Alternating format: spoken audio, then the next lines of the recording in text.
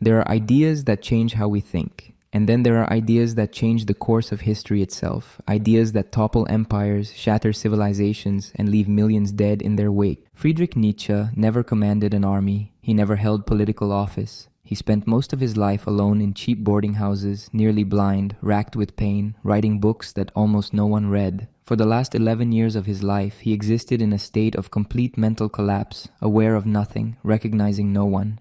Yet his ideas would be used to justify some of the most horrific atrocities in human history. The Nazis claimed him as their prophet. They plastered his words on propaganda posters. They gave his books to soldiers heading to the front. They visited his archive as if on pilgrimage to a shrine. And in his name, they constructed an ideology that would consume Europe in flames and lead to the deaths of over 25 million people. But here is what makes this story truly disturbing. Nietzsche would have despised everything the Nazis stood for. He opposed nationalism, he mocked German racial pride, he praised Jewish intellectual achievement. He called anti-Semites bungled and botched. His sister, who controlled his work after his collapse, systematically distorted his philosophy, twisted his words, and presented him as the intellectual father of a movement he would have condemned with every fiber of his being. Friedrich Wilhelm Nietzsche was born on October 15, 1844, in the small village of Rocken, near Leipzig, in what was then the Kingdom of Prussia. His father, Karl Ludwig Nietzsche, was a Lutheran pastor, as were both of his grandfathers. The family atmosphere was deeply religious, conservative, and traditional. Friedrich was named after King Friedrich Wilhelm IV of Prussia, whose birthday he shared. This connection to Prussian royalty seemed to promise a conventional life of service and respectability. That promise shattered when Friedrich was just 4 years old. His father died after a year of mental illness, possibly caused by a brain ailment. The following year, his younger brother Joseph also died. These early encounters with death and suffering would echo throughout Nietzsche's later philosophy. After his father's death, Friedrich grew up in a household of women, his mother, sister, grandmother, and 2 maiden aunts. He was the only male in an environment of grief, piety, and feminine influence. Despite these early traumas, Nietzsche excelled academically. At 14, he won a scholarship to Schulpforta, one of Germany's most prestigious boarding schools. There he received a rigorous classical education, studying Greek and Roman literature, history, and philosophy. He showed exceptional promise in languages and writing. His classmates remembered him as serious, solitary, and already troubled by severe headaches and eye problems that would plague him throughout his life. In 1864, Nietzsche entered the University of Bonn to study theology and philology.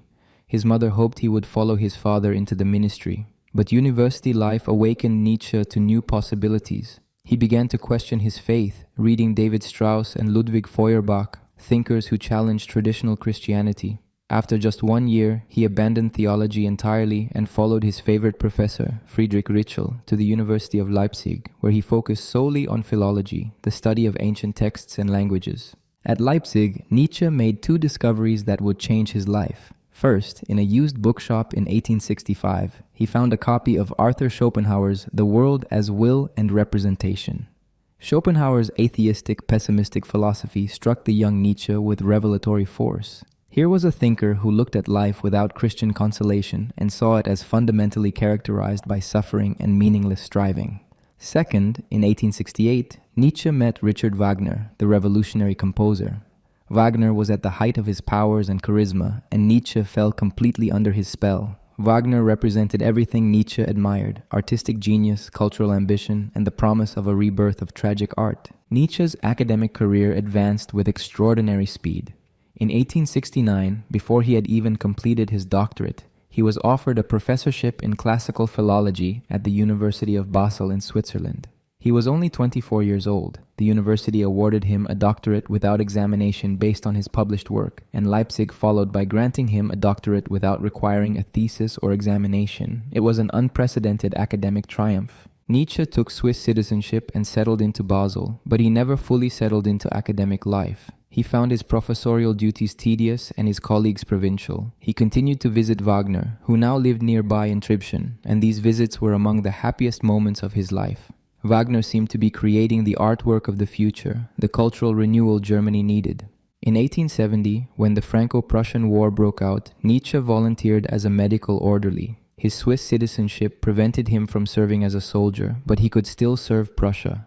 The experience was brief and disastrous. He witnessed horrible suffering and contracted dysentery and diphtheria. He returned to Basel broken in health, and he never fully recovered. In 1872, Nietzsche published his first book, The Birth of Tragedy. It was a radical reinterpretation of Greek culture that argued the Greeks were not serene and rational, but were deeply acquainted with suffering and needed both Apollonian order and Dionysian ecstasy to endure life.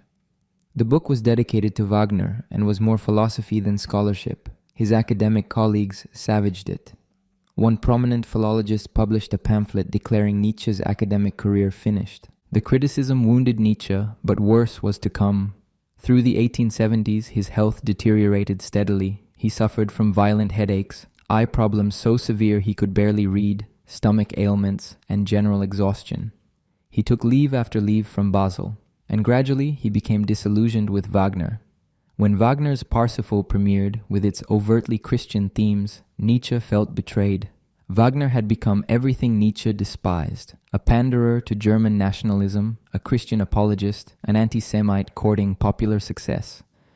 The break with Wagner in 1878 coincided with a transformation in Nietzsche's thought. He published Human All Too Human, a book of aphorisms that attacked romanticism, idealism, and metaphysics. Wagner received a copy and never spoke to Nietzsche again. Nietzsche had lost his father figure and his great hope for cultural renewal. In 1879, his health forced him to resign from Basel. He was 34 years old and his academic career was over. The university granted him a modest pension.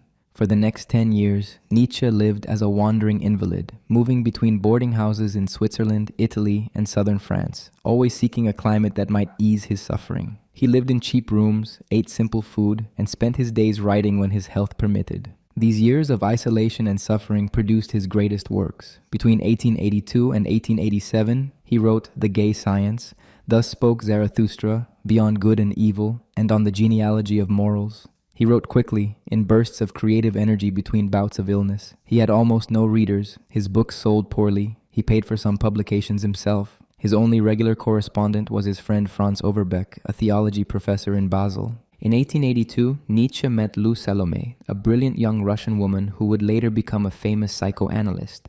Nietzsche fell in love with her, perhaps the only time he truly loved a woman. He proposed marriage twice. She refused both times. The rejection devastated him. Lou Salome, Nietzsche, and his friend Paul Rie formed a strange intellectual triangle that summer, traveling together and discussing philosophy. But by autumn, it collapsed in bitterness and recrimination. Nietzsche retreated further into isolation. His sister Elizabeth, who had lived with him periodically, married Bernhard Forster, an anti-Semitic agitator, in 1885. They left for Paraguay to establish a German colony based on racial purity. Nietzsche despised his brother-in-law and opposed the marriage, calling Forster a fanatic and his anti-Semitism poisonous. The siblings barely corresponded for years. By 1888, living in Turin, Italy, Nietzsche experienced a final burst of productivity.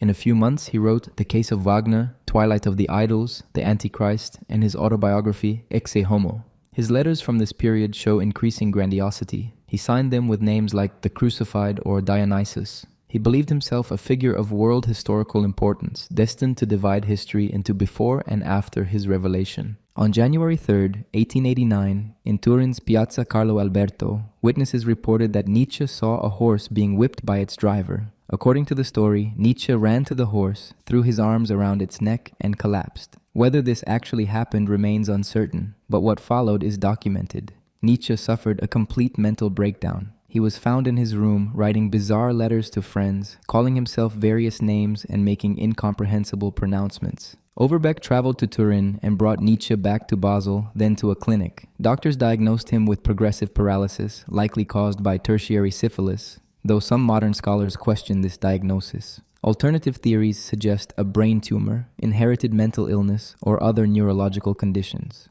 Whatever the cause, Friedrich Nietzsche, the philosopher, ceased to exist. His mind was gone. His mother took him home to Naumburg, where she cared for him until her death in 1897. Then his sister Elizabeth returned from Paraguay, where the colonial project had failed and her husband had committed suicide.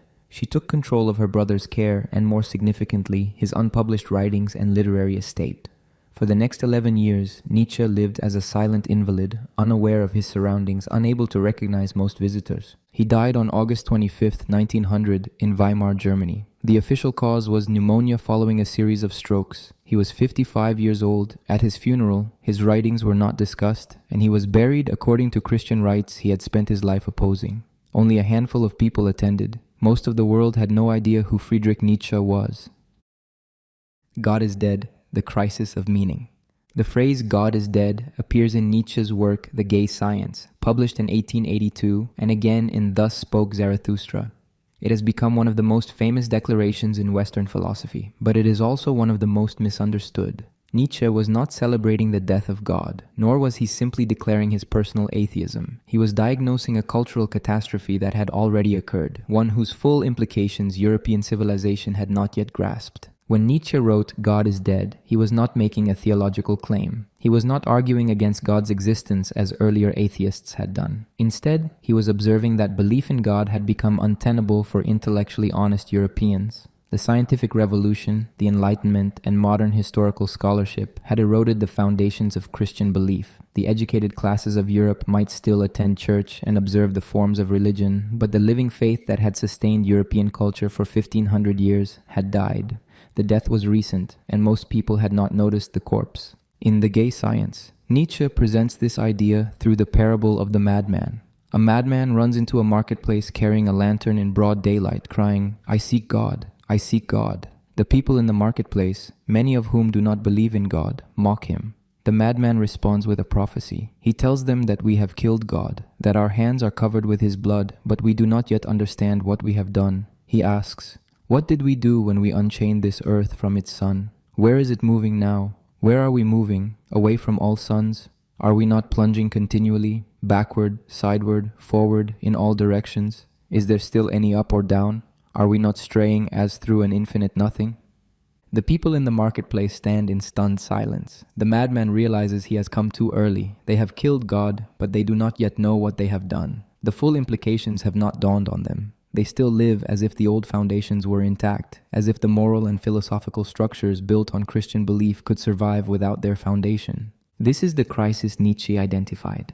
For more than a millennium, European thought had been Christian thought. Morality was Christian morality. The concept of truth itself was shaped by Christianity. The belief that the universe was created by a rational God who cared about human beings and established moral laws gave meaning to human existence. It explained suffering, provided purpose, and promised justice. When God died, all of this died with him. But European civilization was attempting to continue as if nothing had changed. 19th century liberal humanism tried to preserve Christian morality while discarding Christian theology. Scientists, philosophers, and political reformers spoke confidently about progress, human rights, and universal values.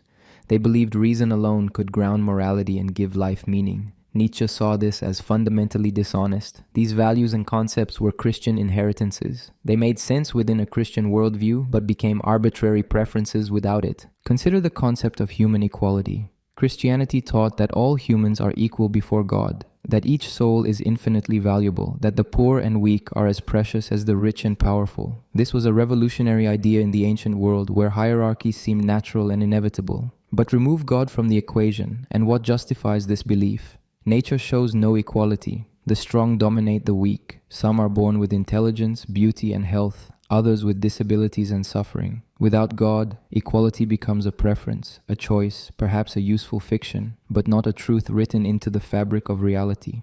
The same applies to concepts like dignity, rights, justice, and morality itself. Christianity had given these concepts metaphysical weight. They were not just human inventions, but reflections of divine order. With God dead, they float free, ungrounded.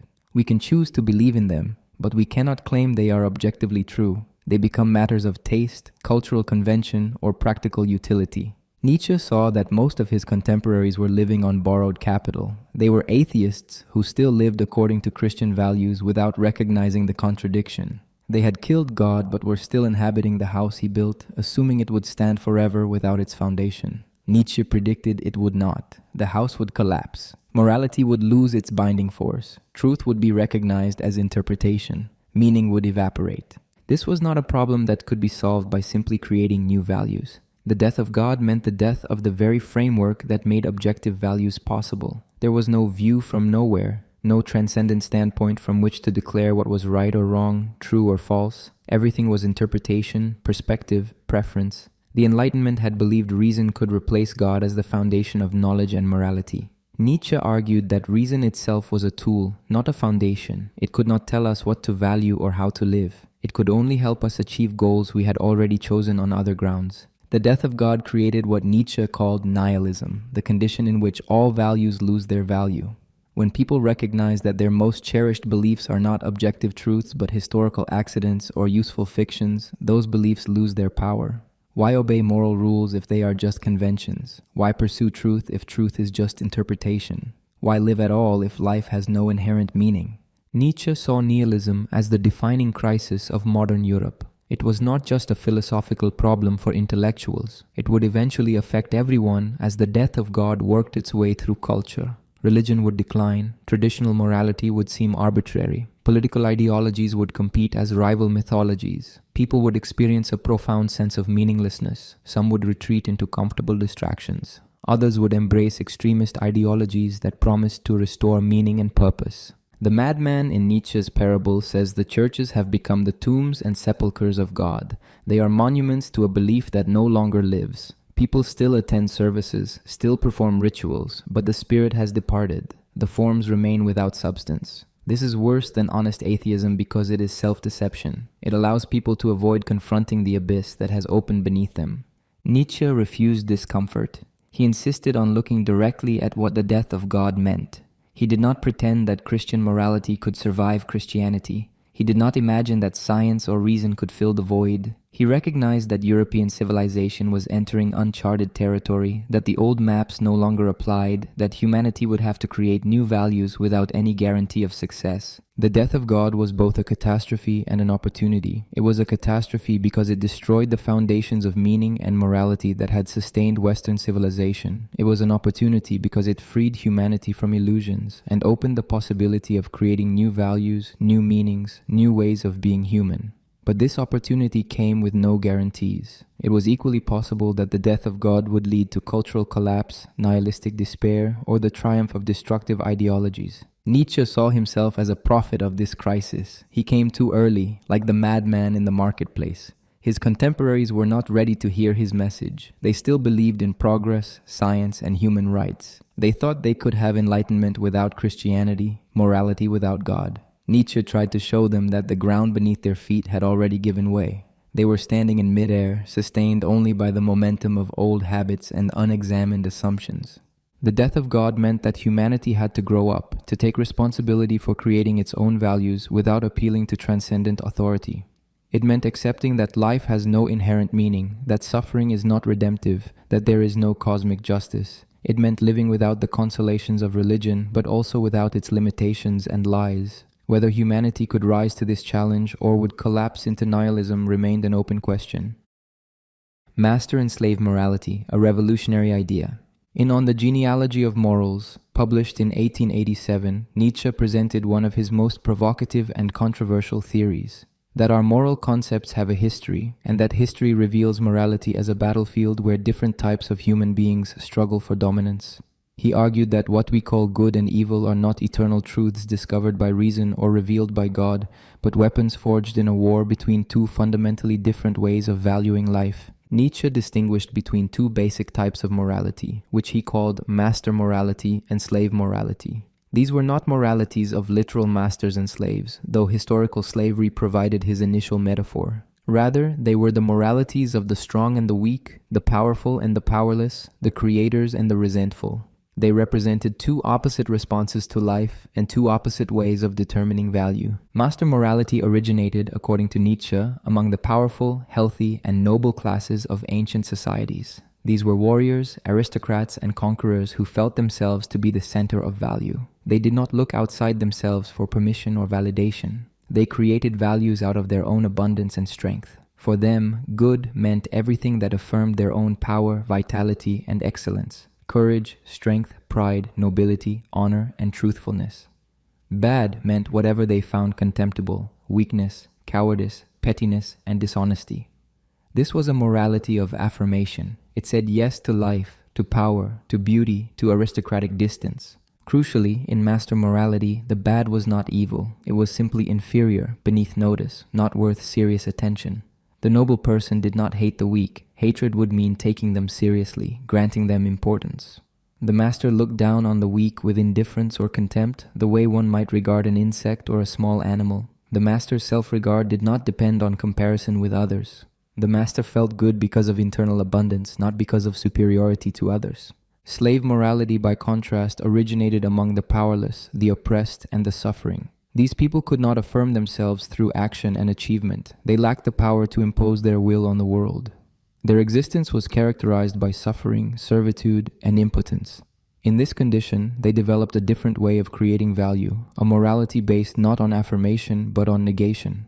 Unable to defeat their masters physically, the slaves achieved a spiritual revenge. They inverted the master's values. Everything the masters called good, the slaves called evil. Strength became oppression. Pride became arrogance. Affirmation of life became wickedness. The master's vitality and power, which had been the very definition of good, were reinterpreted as morally corrupt. Then the slaves performed a second, more creative move. They declared that their own qualities, born of powerlessness, were actually virtues. Meekness was not weakness, but humility. Inability to take revenge was not impotence, but forgiveness. Suffering was not a sign of inferiority, but redemption. Poverty was not failure, but spiritual purity. The slaves transformed their suffering into a source of moral superiority. This revaluation depended on a crucial invention, the concept of evil will. Master morality had known only good and bad, qualities and defects. Slave morality invented good and evil, moral categories implying choice and blame. The masters were not just strong but evil. They chose to oppress. They could be otherwise but preferred wickedness. This invention allowed the slaves to see themselves as morally superior despite being physically powerless. They suffered because they were good, and the masters prospered because they were evil. Slave morality also required another invention, the concept of an inner self separate from actions and circumstances. Since the slaves could not change their external conditions, they retreated into an interior realm where they were free. They distinguished between the inner soul and the outer body, between spirit and matter, between the true self and worldly appearance. Real value existed in this inner realm, invisible to the physical world. The masters might dominate the material world, but the slaves possessed spiritual wealth. Nietzsche identified the Judeo-Christian tradition as the historical triumph of slave morality. The ancient Hebrews, he argued, were a people defeated and oppressed by more powerful nations. Unable to defeat Rome militarily, they achieved a spiritual victory through Christianity. Christianity took the values of the powerless and proclaimed them universal truths. The meek shall inherit the earth, the last shall be first. Blessed are the poor, the suffering, the persecuted. God himself was on the side of the weak against the strong. This was, Nietzsche thought, a stroke of genius. Christianity took the resentment of the powerless and transformed it into a comprehensive worldview. It declared that earthly power was vanity, that worldly success meant spiritual failure, that the current order would be reversed in eternity. The rich man would burn in hell while the beggar Lazarus reclined in Abraham's bosom. Caesar might rule Rome, but God judged Caesar. Christianity also invented guilt. In master morality, bad conscience did not exist. The noble person acted, and if the action caused suffering to others, this was regrettable but not sinful. The master had no reason to feel guilty about being strong. Slave morality, by contrast, made the strong feel guilty for their strength. It declared that human nature itself was sinful, that pride was the worst sin, that self-assertion was rebellion against God. Every natural impulse had to be questioned, suppressed, redirected toward otherworldly goals. Nietzsche saw this as a catastrophic transformation in human psychology. Slave morality turned human aggression inward. Unable to attack their oppressors, the weak attacked themselves. They developed bad conscience, the peculiarly human phenomenon of self-torture, guilt, and shame. They became sick, neurotic, twisted. They channeled their will to power into self-denial and asceticism. They found pleasure in their own suffering, meaning in their own oppression. The triumph of Christianity meant the triumph of slave morality throughout Europe. The values of the weak became universal values. Humility, compassion, equality, and pity were elevated to the highest goods. Strength, pride, and aristocratic distinction became sins. The whole value system of the ancient world was inverted. The blonde beasts of Rome were tamed, domesticated, made to feel guilty for their strength. Nietzsche emphasized that he was not advocating a return to ancient master morality. History does not run backward. The achievement of slave morality was real and could not be undone, but he wanted to expose the origins of our moral concepts. He He wanted to show that Christian morality was not universal reason or divine command, but the product of historical forces, specifically the resentment of the powerless against the powerful. Understanding this genealogy was meant to be liberating. Once you recognized that morality had a history, that it arose from human needs and conflicts rather than eternal truth, you could begin to evaluate it differently. You could ask whether slave morality served life or diminished it. You could question whether guilt, self-denial, and pity truly made human beings better or simply made them weaker and more tormented. Nietzsche believed that modern morality retained the structure of slave morality even after losing its religious foundation. Liberal humanism, democracy, and socialism all elevated the weak, the suffering, and the mediocre. They all sought to level distinctions to make everyone equal, to protect the vulnerable from the strong. These were sophisticated versions of slave morality, more palatable to modern sensibilities but fundamentally similar in structure. The problem was not that compassion or equality were absolutely bad. The problem was that a morality born from resentment and weakness had become the only morality. It stifled greatness, punished excellence, and made human beings smaller. It taught people to be ashamed of their strength and proud of their weakness. It turned vitality into vice and impotence into virtue. Nietzsche's analysis of master and slave morality was meant to clear the ground for a different possibility. If morality was not objective truth but historical creation, then new moralities could be created. Human beings were not bound to Christian values or their secular descendants. They could create values that affirmed life rather than denied it, that celebrated strength rather than weakness, that said yes rather than no. But this would require overcoming 2,000 years of conditioning, confronting the death of God honestly, and taking responsibility for creating meaning in a meaningless universe. The will to power, life's driving force. The concept of the will to power stands at the center of Nietzsche's mature philosophy. Yet it remains one of his most disputed and misunderstood ideas. The phrase suggests domination, conquest, and the subjugation of others. This interpretation, promoted by Nietzsche's sister and seized upon by fascist ideologues, distorts what Nietzsche actually meant. The will to power was not primarily about political power or physical domination. It was Nietzsche's answer to the fundamental question, what drives life? Previous philosophers had offered various answers. Schopenhauer, who deeply influenced the young Nietzsche, had proposed the will to live, a blind, irrational force that drives all beings to survive and reproduce. But Nietzsche came to see this as insufficient. Living things do not merely want to survive, they seek to grow, expand, overcome resistance, and express their strength. An animal does not just eat enough to survive. It seeks to thrive, to dominate its territory, to reproduce successfully. Plants do not simply cling to existence. They push toward the light, spread their roots, compete for resources. Nietzsche observed that all organic life demonstrates a fundamental drive to increase its power, to overcome obstacles, to master its environment. This was not conscious or deliberate in most cases. It was the basic character of life itself. Life was not passive reception, but active striving. Every living thing sought to discharge its strength, to impose its will on the world, to grow and expand according to its nature. Human beings exemplified this drive most clearly because in humans it became conscious and could take psychological and spiritual forms. The will to power manifested not just in political conquest or physical domination, but in every human activity. The artist creating a masterpiece exercised will to power. The scientist discovering truth exercised will to power. The ascetic monk denying his body exercised will to power, turning his strength against himself. Even the slave in Nietzsche's genealogy exercised will to power through resentment and moral revaluation. All human behavior, from the most creative to the most destructive, expressed this fundamental drive. Nietzsche extended the concept beyond biology. He suggested that the will to power might be the fundamental principle of all reality, not just life. Every force in nature seeks to overcome resistance and increase its effect. Physical forces push against limits. Chemical reactions seek equilibrium through transformation. Even inanimate matter could be understood as configurations of power relationships. This was speculative metaphysics, and Nietzsche never fully systematized it, but it indicated how fundamental he considered the concept. What distinguished Nietzsche's conception from crude power politics was his emphasis on self-overcoming. The highest expression of the will to power was not dominating others, but mastering oneself. The person who conquered nations but could not control his own passions demonstrated less power than the person who achieved self-mastery. True power meant becoming who you are, actualizing your potential, creating yourself as a work of art. It meant overcoming your limitations, your fears, your weaknesses. It meant growth, development, transformation. This pointed to a hierarchy within the will to power itself. The lowest form was reactive power, the power exercised through resentment and negation. This was the power of slave morality, which could only define itself against something else. Slightly higher was direct physical or political domination, the power of conquest and subjugation. But the highest form was creative power, the power to give birth to new values, new meanings, new possibilities. The artist, the philosopher, the genius who transformed culture exercised the highest will to power. Nietzsche saw the will to power as deeply connected to life affirmation.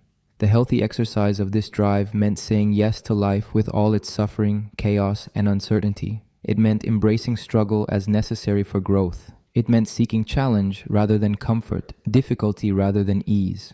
The will to power naturally sought resistance because overcoming resistance was how power increased. A life without obstacles was a life without growth, a life that withered and declined. This had implications for how Nietzsche evaluated different types of human beings. He admired those who sought greater challenges, who pushed themselves beyond their limits, who created rather than merely preserved. He despised those who sought only comfort and security, who avoided risk, who chose the easy path. The latter exemplified declining life, life that feared itself and sought only to continue without growth. The former exemplified ascending life, life that overflowed with strength and sought outlets for its abundance. The will to power also explained Nietzsche's critique of traditional morality. Moralities that preached self-denial, humility, and pity worked against the will to power. They told human beings to suppress their natural drive for growth and self-assertion. They made people ashamed of their strength. They elevated weakness and suffering to supreme values. Such moralities might have utility for the weak as weapons against the strong, but they ultimately diminished all of humanity by making life itself seem guilty. Nietzsche argued that Christianity was particularly hostile to the will to power. It taught that pride was the cardinal sin, that self-assertion was rebellion against God, that the highest virtue was self-sacrifice. It promised rewards in another life if you denied yourself in this one. It turned natural human drives into sins requiring forgiveness. This amounted to a war against life itself, an attempt to domesticate and weaken the human animal. But the will to power could not be destroyed. It was the fundamental drive of life. When Christianity suppressed its healthy expression, it simply took twisted forms. It expressed itself as resentment, guilt, and the desire to punish. The ascetic priest exercised will to power through self-torture and the spiritual domination of his flock. The moralist exercised will to power by judging others. The revolutionary exercised it through destructive hatred of the existing order. All of these were perversions of the drive that, healthily expressed, led to creativity and growth. Nietzsche saw modern nihilism as partly the result of this suppression. When the will to power could not express itself in life-affirming ways, it turned destructive. People who could not create turned to negation. People who could not grow turned to resentment. The death of God did not eliminate the need for the will to power to express itself. It simply removed the framework within which that expression had been channeled and controlled. Modern humanity risked channeling its will to power into purely destructive forms. Nihilistic ideologies, totalitarian politics, wars of annihilation. The solution was not to eliminate the will to power, which was impossible, but to redirect it toward creative and life-affirming ends. This required new values that celebrated strength rather than weakness, that encouraged growth rather than stasis, that affirmed life rather than denied it. It required philosophers and artists who could create these new values and exemplify them in their own lives. It required individuals who could recognize the will to power in themselves and direct it consciously towards self-overcoming. Nietzsche's concept has been criticized as potentially justifying oppression and cruelty. If life is will to power meant understanding that human beings were not fixed entities with stable natures. They were processes, becoming rather than being, constantly creating and recreating themselves. The question was not what human nature is, but what human beings could become. The will to power was the force driving this becoming. Whether it led to creativity or destruction, growth or stagnation, depended on how it was channeled and directed. Nietzsche's entire philosophical project aimed at teaching humanity to channel this fundamental drive toward life affirmation rather than life denial, toward creation rather than destruction, toward the future rather than the past. The Übermensch, beyond good and evil. The Übermensch, often translated as Overman or Superman, represents one of Nietzsche's most famous and most misappropriated concepts. The term first appears in Thus Spoke Zarathustra, where it functions as both a goal for humanity and a critique of human complacency. The Übermensch is not a biological superior, not a master race, not a tyrant or conqueror. It is Nietzsche's vision of what human beings might become if they could overcome the limitations of conventional morality and create meaning in a world without God. Zarathustra, Nietzsche's fictional prophet, descends from his mountain solitude with a teaching. I teach you the Übermensch. Man is something that shall be overcome. What have you done to overcome him? This opening announcement frames the entire work. Humanity in its current form is not the end point of development, but a transition, a bridge between animal and something higher. The question facing each individual is whether they will remain merely human or strive to become something more. The Übermensch emerges from Nietzsche's analysis of the death of God. When God dies, humanity loses the source of meaning and value that sustained Western civilization for centuries. Most people respond to this loss either by denying it happened, continuing to live by Christian values without Christian belief, or by falling into nihilistic despair. The Übermensch represents a third possibility, creating new values without reference to transcendent authority. This is why Nietzsche describes the Übermensch as the meaning of the earth. In Christian thought, earthly life was preparation for eternal life. True meaning existed in heaven, not on earth. The Übermensch reverses this. There is no other world, no afterlife, no transcendent realm. Meaning must be created here, in this life, on this earth.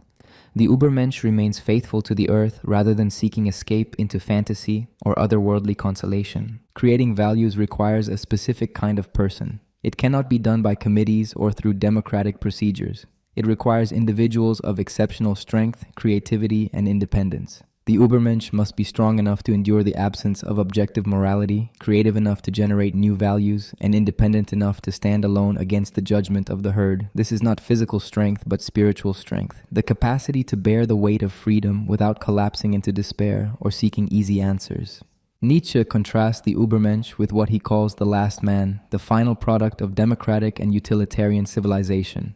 The last man has made everything small. He seeks only comfort, security, and the avoidance of suffering. He has no great passions, no dangerous dreams, no willingness to risk himself for something greater. He lives moderately, works without strain, entertains himself with small pleasures, and considers himself the pinnacle of human development. When Zarathustra offers humanity the Übermensch, they respond by asking for the last man instead. They want the easy life, not the challenging one. The Übermensch must overcome not just conventional morality, but the entire structure of values built on resentment and weakness. This means rejecting the slave morality that dominates Western civilization. The Übermensch does not define good and evil according to Christian standards or their secular descendants. Instead, the Übermensch creates values from a position of strength and abundance. Good is what enhances power, what affirms life, what allows growth. Bad is what diminishes power, what denies life, what promotes stagnation and decline.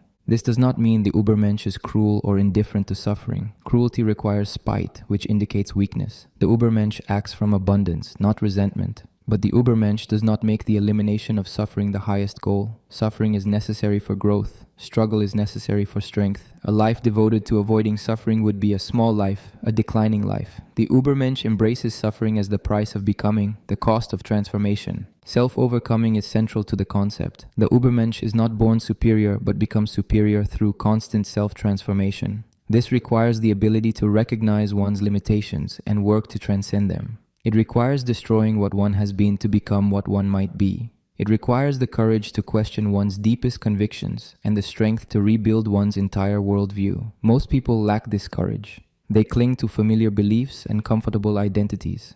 The Übermensch continually destroys and recreates the self. Nietzsche emphasizes that the Übermensch has not yet appeared. This is a vision of the future, not a description of the present. Humanity has not yet produced beings capable of creating values without God, of affirming life completely, of overcoming nihilism through creativity rather than denial. The Übermensch remains a goal, perhaps an unattainable ideal that nonetheless provides direction and purpose.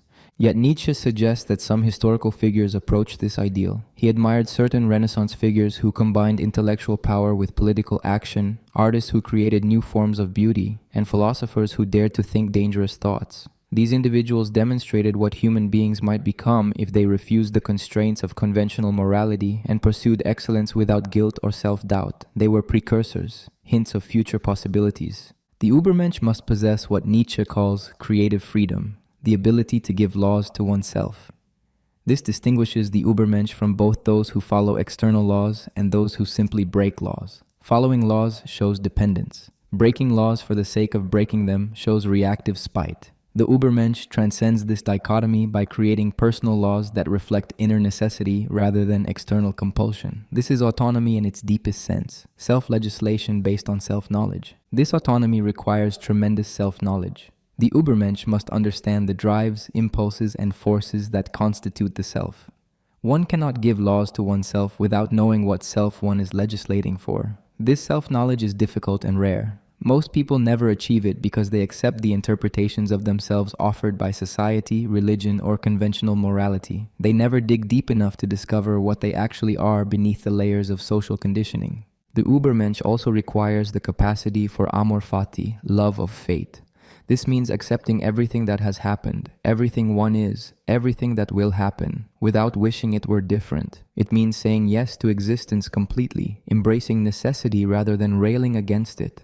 This is not passive resignation but active affirmation. The Übermensch wants everything to be exactly as it is, wants to live the same life eternally, wants even suffering and failure because they were necessary for becoming who one is. Nietzsche's concept troubled many readers because it seemed to advocate for a new aristocracy based on spiritual rather than hereditary superiority. The Übermensch was explicitly described as existing in opposition to the herd, the mass of ordinary humanity content with mediocrity. This appeared fundamentally anti-democratic, anti-egalitarian, elitist.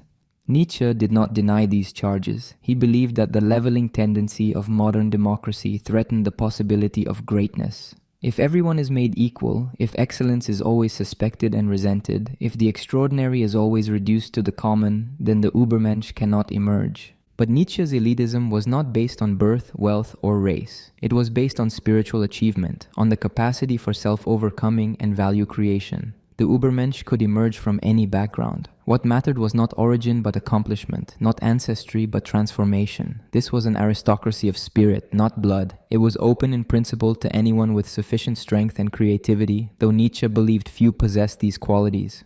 The misuse of the Übermensch concept by Nazi ideology represents one of the great distortions in intellectual history. The Nazis portrayed the Übermensch as a racial ideal, the perfected Aryan who would dominate inferior races. This interpretation violated everything Nietzsche intended. Nietzsche despised German nationalism, opposed anti-Semitism, and ridiculed the concept of racial purity. He considered the Germans culturally mediocre and praised Jewish intellectual achievements. The Übermensch was an individual achievement, not a collective racial destiny. It required transcending nationalism and tribal loyalty, not embracing them.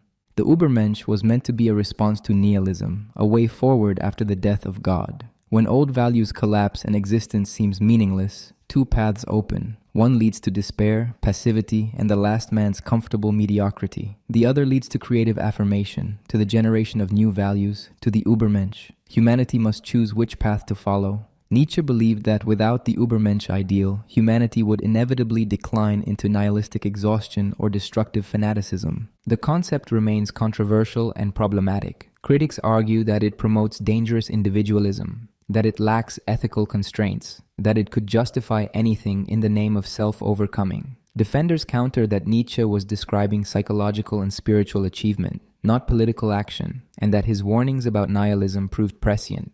The Übermensch continues to provoke debate precisely because it challenges fundamental assumptions about morality, equality, and human nature. Ultimately, the Übermensch represents Nietzsche's faith in human potential despite his pessimism about human reality. Most human beings would remain herd animals, comfortable in their mediocrity. But some few might rise above common humanity, creating meaning in a meaningless universe, affirming life without illusions, becoming what Nietzsche called the poets of our lives. Whether this vision is inspiring or horrifying depends on one's values, which is precisely Nietzsche's point. In a world without objective morality, each person must decide for themselves what kind of life is worth living. Eternal recurrence, the ultimate test. The doctrine of eternal recurrence appears throughout Nietzsche's later works, most dramatically in The Gay Science and Thus Spoke Zarathustra. It asks us to imagine that we will live our lives infinitely many times, in exact repetition, with every detail identical. Every joy, every suffering, every trivial moment would return eternally. The question is whether we can affirm such an existence, whether we can say yes to eternal repetition. This thought experiment serves as Nietzsche's ultimate test of life affirmation. In The Gay Science, Nietzsche introduces the idea through a hypothetical scenario. Imagine a demon appeared to you in your loneliest loneliness and said, "This life as you now live it and have lived it, you will have to live once more and innumerable times more. And there will be nothing new in it, but every pain and every joy and every thought and sigh and everything unutterably small or great in your life will have to return to you, all in the same succession and sequence." Would this prospect crush you, or would you embrace it? Your answer reveals everything about your relationship to existence. For most people, Nietzsche believed, eternal recurrence would be unbearable. Most lives contain too much suffering, too much boredom, too much disappointment to willingly embrace infinite repetition. People endure life by telling themselves it will end, that death provides escape, that future happiness will compensate for present misery. Remove the possibility of escape, make every moment return eternally, and life becomes a curse. The thought of living the same life forever would drive most people to despair. This reveals how most people actually experience existence. They do not love their lives, they tolerate them. They endure suffering in hopes of future reward, whether in this life or the next. They count on death as release. They wish many moments had been different. They look back with regret and forward with dread. Their lives are structured around escape from the present moment, either through distraction, fantasy, or hope for a better future. Eternal recurrence removes all these escapes. There is no future different from the past. There is no death as release, only the same life beginning again. There is no redemption, no progress toward a better state. Everything that has happened will happen again exactly as it happened before. Nothing can be changed, nothing can be improved. The same mistakes will be repeated, the same suffering will return, the same disappointments will recur infinitely. Nietzsche presents this as the heaviest weight, the most difficult thought a person could bear. Yet he suggests that the highest type of person would not merely bear this thought but embrace it, would want eternal recurrence. Such a person would say, "Never have I heard anything more divine. If this thought gained possession of you, it would change you as you are or perhaps crush you. The question in each and everything, do you desire this once more and innumerable times more, would lie upon your actions as the greatest weight. The key word is desire. Nietzsche is not asking whether you could tolerate eternal recurrence, but whether you would want it. Could you love your life so completely that you would will its eternal return? This requires a profound transformation in consciousness. It requires moving from a relationship to life based on hope, escape, and consolation to one based on complete affirmation of what is. This connects to Nietzsche's critique of Christianity. Christian morality taught people to see earthly life as a vale of tears, a trial to be endured before reaching true life in heaven. Suffering on earth was meaningful only as preparation for celestial reward. This made the present moment valuable only instrumentally, as a means to future salvation. Life itself was not worth living except as passage to something else. Christianity could never affirm eternal recurrence because it fundamentally rejected the value of earthly existence. Even secular descendants of Christianity retained this structure. Progressivism taught that present suffering was justified by future improvement. Revolutionary ideologies promised paradise after the destruction of current society. Utilitarianism calculated present pain against future pleasure. All of these philosophies treated the present as a means to some future end. None could affirm the eternal return of the same because they valued life only insofar as it progressed towards something better. Nietzsche's eternal recurrence demolished this temporal structure. If everything recurs eternally, nothing is a means to anything else. Each moment is valuable in itself, or not at all. There is no future redemption, no progress toward perfection, no eventual payoff for present suffering. Each moment stands alone, recurring infinitely, justified only by its own existence. This forces a radical revaluation of how we live. If you knew that every action would be repeated eternally, would you act differently? Would you waste time on trivial pursuits? Would you spend years in a career you despised? Would you remain in destructive relationships? Would you defer joy and meaning indefinitely? The thought of eternal recurrence reveals how much of life is lived inauthentically, how much time is wasted on things we do not truly value, how often we betray our deepest desires for the sake of convention, comfort, or cowardice. Some scholars debate whether Nietzsche believed eternal recurrence was literally true or merely a useful thought experiment. In his notebooks, he attempted to prove it scientifically based on theories about the finite nature of force and infinite time. If the universe contains a finite number of possible states but exists in infinite time, every state must recur infinitely many times. This argument convinced few besides Nietzsche himself, and the scientific basis was questionable even by 19th century standards. But whether eternal recurrence is physically true misses the point. Its value lies in its psychological and existential function. It serves as a test of life affirmation. Someone who can embrace eternal recurrence has achieved a state of consciousness Nietzsche considered supremely healthy and rare. Such a person loves fate, affirms necessity, and says yes to existence without reservation. This is the goal of Nietzsche's philosophy, transforming consciousness to the point where life becomes unconditionally affirmable. Eternal recurrence also connects to Nietzsche's doctrine of amor fati, love of fate. To love fate means to want everything that happens, including what appears bad, because everything is necessary and interconnected. You cannot wish away your suffering without wishing away your joy. You cannot reject your failures without rejecting your successes. Everything that made you who you are was necessary. To reject any part is to reject the whole. Amor fati means embracing necessity so completely that you would will it eternally. This raises difficult questions about suffering. Can we truly affirm lives containing terrible suffering? Can we say yes to the eternal return of genocide, torture, disease, and death? Nietzsche's response would be that we must distinguish between passive suffering and active affirmation. Most suffering is meaningless precisely because it is not affirmed, not integrated into a larger vision of life. The Übermensch would give meaning to suffering by interpreting it as necessary for growth, as the price of becoming. This does not eliminate suffering, but transforms it from something endured into something willed. Critics have found this response inadequate. It seems to make Nietzsche complicit with unnecessary suffering. It appears to justify evil by declaring it necessary. If we must affirm everything, how can we work to reduce suffering or improve conditions? Nietzsche's defenders argue that affirmation does not mean passivity. One can affirm what has been while working to shape what will be. The Übermensch affirms past necessity while exercising creative power over the future. But the tension remains unresolved in Nietzsche's thought. Eternal recurrence also has implications for personal identity. If you recur eternally, exactly as you are, this suggests a kind of immortality. But it is not the personal immortality promised by religion.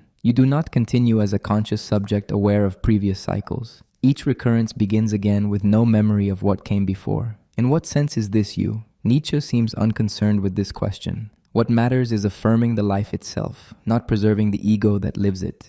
The doctrine became central to Nietzsche's mature vision. In Thus Spoke Zarathustra, it appears as the thought Zarathustra struggles to accept. Even the prophet of life affirmation finds eternal recurrence almost unbearable. When Zarathustra finally embraces it, he achieves his highest development. The eternal recurrence of the small man, the petty, the mediocre proves most difficult to accept. That even the worst of humanity recurs eternally, that nothing is left behind in progress towards something better, that existence is an eternal circle without purpose or destination. This is the abysmal thought. Yet Zarathustra learns to affirm even this. He learns that redemption means not changing the past but willing it as it was. He learns that the highest joy comes not from achieving some future state but from saying yes to what is, including what was and what will be. This affirmation transforms suffering from something to be escaped into something to be embraced as part of the dance of existence. Eternal recurrence serves as Nietzsche's answer to nihilism. When God dies and transcendent meaning disappears, one response is to declare life meaningless. Another is to create meaning through the project of eternal affirmation. The person who can will eternal recurrence has overcome nihilism completely. Such a person needs no external justification for existence. Life justifies itself through its own intensity, beauty, and power. The eternal return of the same is not a curse, but the highest affirmation possible. Whether Nietzsche himself achieved this state remains unclear. His life contained enormous suffering, chronic illness, social isolation, professional failure, and eventual madness. His ability to affirm such a life as worthy of eternal repetition stands as either heroic achievement or tragic delusion, depending on one's perspective. But the challenge he poses remains: can you love your life enough to will its eternal return? If not, what must change? The Birth of Tragedy, Apollo and Dionysus. Nietzsche's first book, The Birth of Tragedy, published in 1872 when he was 27 years old, announced a revolutionary interpretation of Greek culture. The prevailing view in 19th century scholarship portrayed ancient Greece as a realm of serene beauty, rational clarity, and harmonious balance. Greek sculpture showed idealized human forms. Greek philosophy demonstrated logical reasoning. Greek architecture embodied mathematical proportion. This was the Apollonian Greece, celebrated by Winckelmann and Goethe, a culture of light, order, and measured beauty. Nietzsche argued that this picture was fundamentally incomplete. It ignored half of Greek culture, the darker, more troubling half. Alongside Apollo, god of light, reason, and beautiful form, stood Dionysus, god of wine, ecstasy, and dissolution. Greek culture was not simply Apollonian, it was born from the tension and interplay between Apollonian and Dionysian forces. Understanding this tension was essential to understanding both Greek tragedy and culture itself. The Apollonian principle represented individuation, form, and illusion. Apollo was the god of dreams, of beautiful appearances that gave life shape and meaning. Under Apollo's influence, the chaos of existence took on form and beauty. Individuals emerged as distinct entities with clear boundaries. Art created beautiful illusions that made life bearable by transforming formless suffering into shaped experience. The plastic arts, sculpture, and architecture were fundamentally Apollonian, creating fixed forms out of stone and space. But the Greeks were not naive optimists who believed these Apollonian forms reflected ultimate reality. They understood that beneath the beautiful surface lay something terrible. Existence itself was suffering, chaos, and meaningless flux. Individual existence was fragile and temporary. Death awaited everyone. There was no justice, no providential order, no guarantee of meaning. The Greeks looked into this abyss, saw the horror of existence, and responded by creating beautiful illusions to make life endurable. This is where Dionysus entered. The Dionysian principle represented the dissolution of individuation, the breaking down of boundaries between self and other, self and nature, self and the primal unity of existence. In Dionysian ecstasy, whether through wine, music, or religious frenzy, individuals lost themselves. The boundaries that defined the separate self dissolved. The civilized ego gave way to primitive unity with nature and other humans. This was simultaneously terrifying and exhilarating, a destruction of the self that was also liberation from the self. Nietzsche saw Dionysian experience as providing access to the fundamental nature of reality. Beneath the Apollonian world of distinct individuals and stable forms lay a Dionysian reality of flux, becoming, and primal suffering. The principium individuationis, the principle that made individuals separate and distinct, was ultimately illusion. Dionysian ecstasy shattered this illusion and revealed the underlying unity of all existence. But this truth was unbearable. To remain in Dionysian consciousness would be madness. Pure Dionysian experience meant the dissolution of the self into undifferentiated nature. Greek tragedy represented the unique achievement of synthesizing these two principles. Tragedy was born when Dionysian chorus met Apollonian dramatic form. The chorus, intoxicated devotees of Dionysus, sang and danced in ecstatic unity. But this Dionysian energy was given form through Apollonian dramatic structure. Individual characters emerged from the chorus, acting out stories that made the Dionysian insight bearable by clothing it in beautiful illusion. The tragic hero, according to Nietzsche, represented the Apollonian illusion that allowed audiences to confront Dionysian truth without being destroyed by it. Characters like Oedipus or Prometheus suffered terribly, demonstrating the horror of existence. But their suffering was given form, meaning, and beauty through dramatic art. The audience experienced Dionysian insight into suffering and fate while protected by Apollonian aesthetic distance. They saw the truth about existence but could bear it because it was shaped into art. Nietzsche traced the development of tragedy from its origins in Dionysian ritual through its perfection in Aeschylus and Sophocles to its decline in Euripides. Early tragedy maintained the balance between Dionysian and Apollonian. The chorus remained central, the music expressed Dionysian ecstasy, the dramatic action provided Apollonian form, but Euripides, influenced by Socratic rationalism, shifted the balance toward excessive Apollonianism. He reduced the chorus, emphasized logical dialogue, and made tragedy more realistic and moralistic. This development represented for Nietzsche the death of tragedy. What killed tragedy was not Christianity but rationalism, specifically the Socratic belief that existence could be understood and improved through reason. Socrates represented the triumph of theoretical man, the person who believed that knowledge could penetrate to the essence of things and that life could be corrected through understanding. This optimistic rationalism was fundamentally anti-tragic. Tragedy required accepting that existence could not be fully understood or redeemed, that suffering was fundamental and meaning was aesthetic rather than rational. The death of tragedy meant the decline of Dionysian wisdom. Greek culture became increasingly Apollonian, rational, and optimistic. Philosophy replaced art as the highest cultural form. Plato argued that the material world was mere appearance and that true reality existed in eternal forms accessible to reason. This inverted the tragic insight. Instead of accepting that beautiful appearance was a necessary illusion masking terrible truth, Platonism declared appearance worthless and reason capable of accessing transcendent truth. Christianity inherited and intensified this Platonic optimism. It promised that suffering was meaningful, that existence had purpose, that faith would be rewarded eternally. It denied the tragic insight completely. There was no need for beautiful illusion because faith provided genuine consolation. There was no Dionysian abyss because God gave existence meaning. Christianity was Platonism for the people, making metaphysical optimism accessible to everyone. Modern European culture, Nietzsche argued, remained fundamentally Socratic and anti-tragic. Science promised to understand and control nature. Progress ideology promised to improve human conditions. Morality promised justice.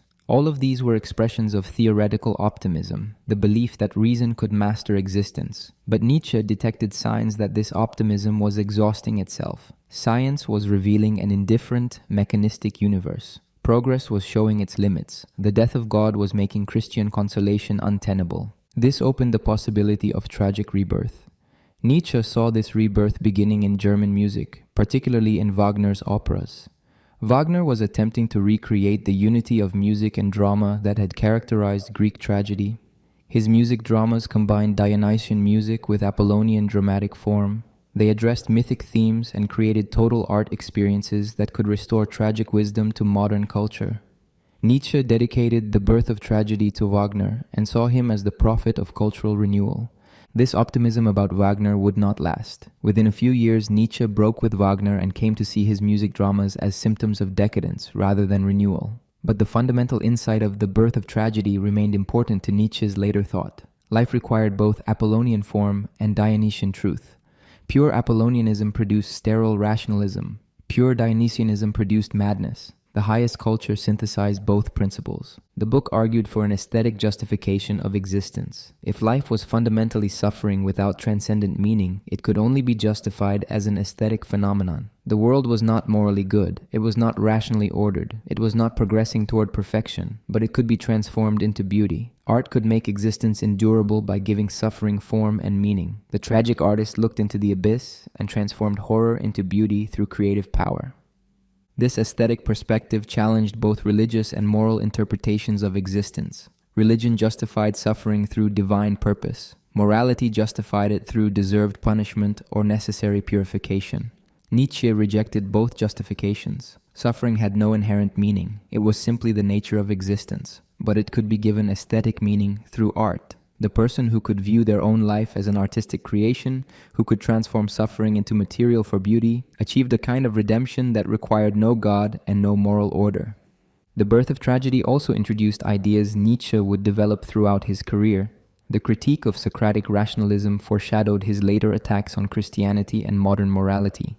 The celebration of tragic wisdom anticipated his doctrine of amor fati. The emphasis on aesthetic creation pointed toward the Übermensch. The psychological insight that humans need illusions to live anticipated his perspectivism. Even his later repudiation of some of the book's claims, particularly its Schopenhauerian metaphysics and Wagnerian enthusiasms, showed how the young Nietzsche contained seeds of the mature philosopher. Resentment, the poison of weakness. Resentment stands as one of Nietzsche's most penetrating psychological discoveries. The French word, which he preferred to its German equivalent, captures something more specific than simple resentment. It describes a particular psychological condition in which powerless people transform their inability to act into a source of imagined moral superiority. Resentment is the poison that slave morality secretes, the creative vengeance of those who cannot take direct revenge. Nietzsche analyzed resentment most thoroughly in On the Genealogy of Morals. He observed that human beings who cannot discharge their strength outward, who cannot take revenge on those who harm them, who cannot change their circumstances through action, turn their aggression inward, or transform it into moral judgment. This is not a conscious choice, but a psychological necessity. The drive to power must express itself somehow. When direct expression is blocked, it finds indirect channels. The person consumed by resentment cannot forget injuries. Where the noble person experiences harm, reacts immediately, and then forgets, the person of resentment nurses grievances endlessly. Every slight becomes permanent. Every injury is rehearsed mentally again and again. The inability to respond with action transforms into obsessive brooding. The powerless person cannot strike back, so instead they remember, fantasize about revenge, and cultivate hatred. But mere hatred would be unbearable without transformation. The person of resentment cannot admit to themselves that they hate because they are weak. This would be too humiliating. Instead, they perform a psychological inversion. They declare that they refuse to take revenge not because they cannot, but because revenge would be morally wrong. Their powerlessness becomes virtue. Their inability to harm enemies becomes forgiveness. Their suffering becomes redemptive. This transformation requires reimagining the entire moral landscape. The person of resentment looks at the powerful and declares them evil. Not bad, not inferior, but morally corrupt. The powerful could be otherwise but choose wickedness. They oppress not because they are strong, but because they are sinful. This invention of evil will, of moral responsibility, allows the powerless to see their enemies as deserving punishment rather than simply being different. Having declared the powerful evil, the person of resentment then declares themselves good. Their weakness becomes humility. Their inability to fight becomes peacefulness. Their suffering becomes spiritual purification. Every quality born from powerlessness is reinterpreted as moral virtue. The person of resentment does not need to change their circumstances because their circumstances prove their goodness. The worse they suffer, the better they are. Nietzsche saw this psychology as the foundation of Judeo-Christian morality. The ancient Hebrews, defeated and scattered by more powerful empires, could not take military revenge. They took spiritual revenge instead. They declared that God was on the side of the weak against the strong, that earthly power meant nothing compared to spiritual righteousness, that the current order would be inverted in the end of days. The oppressed would be elevated and the oppressors cast down. Christianity universalized this psychological structure.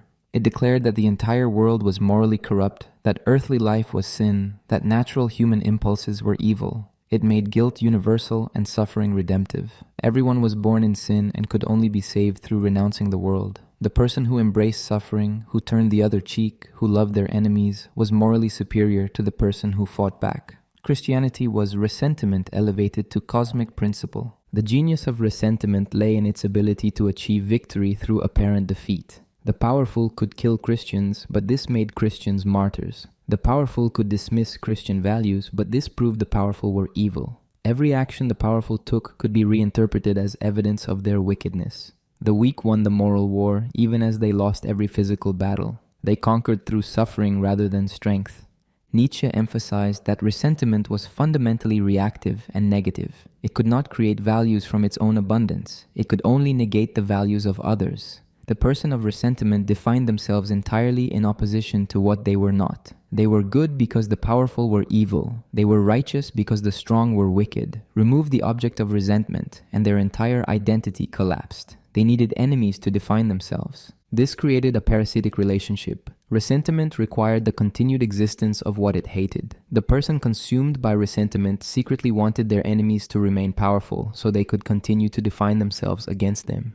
They needed the wicked to exist so they could be righteous. Their entire psychological economy depended on maintaining an opponent. This explained why religions based on resentment remained obsessed with sin and evil even while claiming to promote love and peace. Modern morality, even in its secular forms, retained the structure of resentment. Democracy elevated the majority over the excellent. Socialism elevated the poor over the successful. Humanitarianism elevated the suffering over the healthy. All of these movements claim to promote justice and equality, but Nietzsche detected in them the same psychological pattern as ancient slave morality.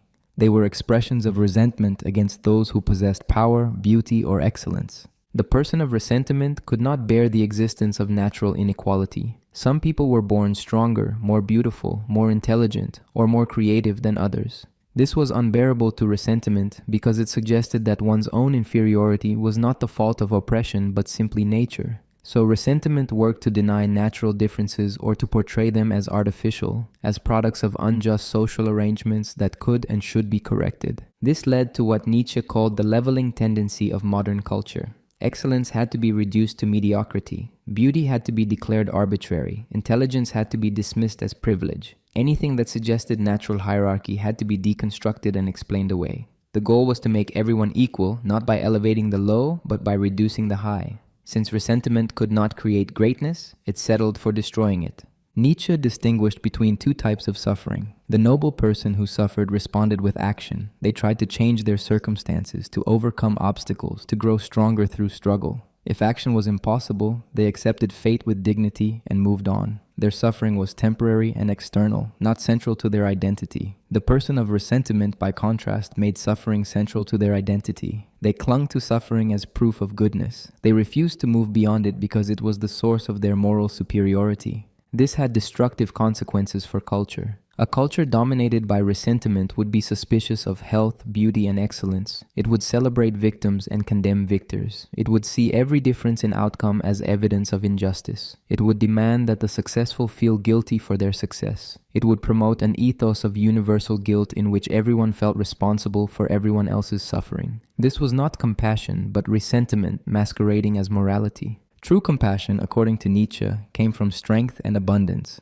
not weakness and resentment. The powerful person could afford to be generous because generosity cost them little. They could help others without feeling diminished by doing so. Their compassion was free and spontaneous, not calculated to establish moral superiority. The person of resentment, by contrast, used compassion as a weapon. They helped others to demonstrate their own virtue and to make the successful feel guilty.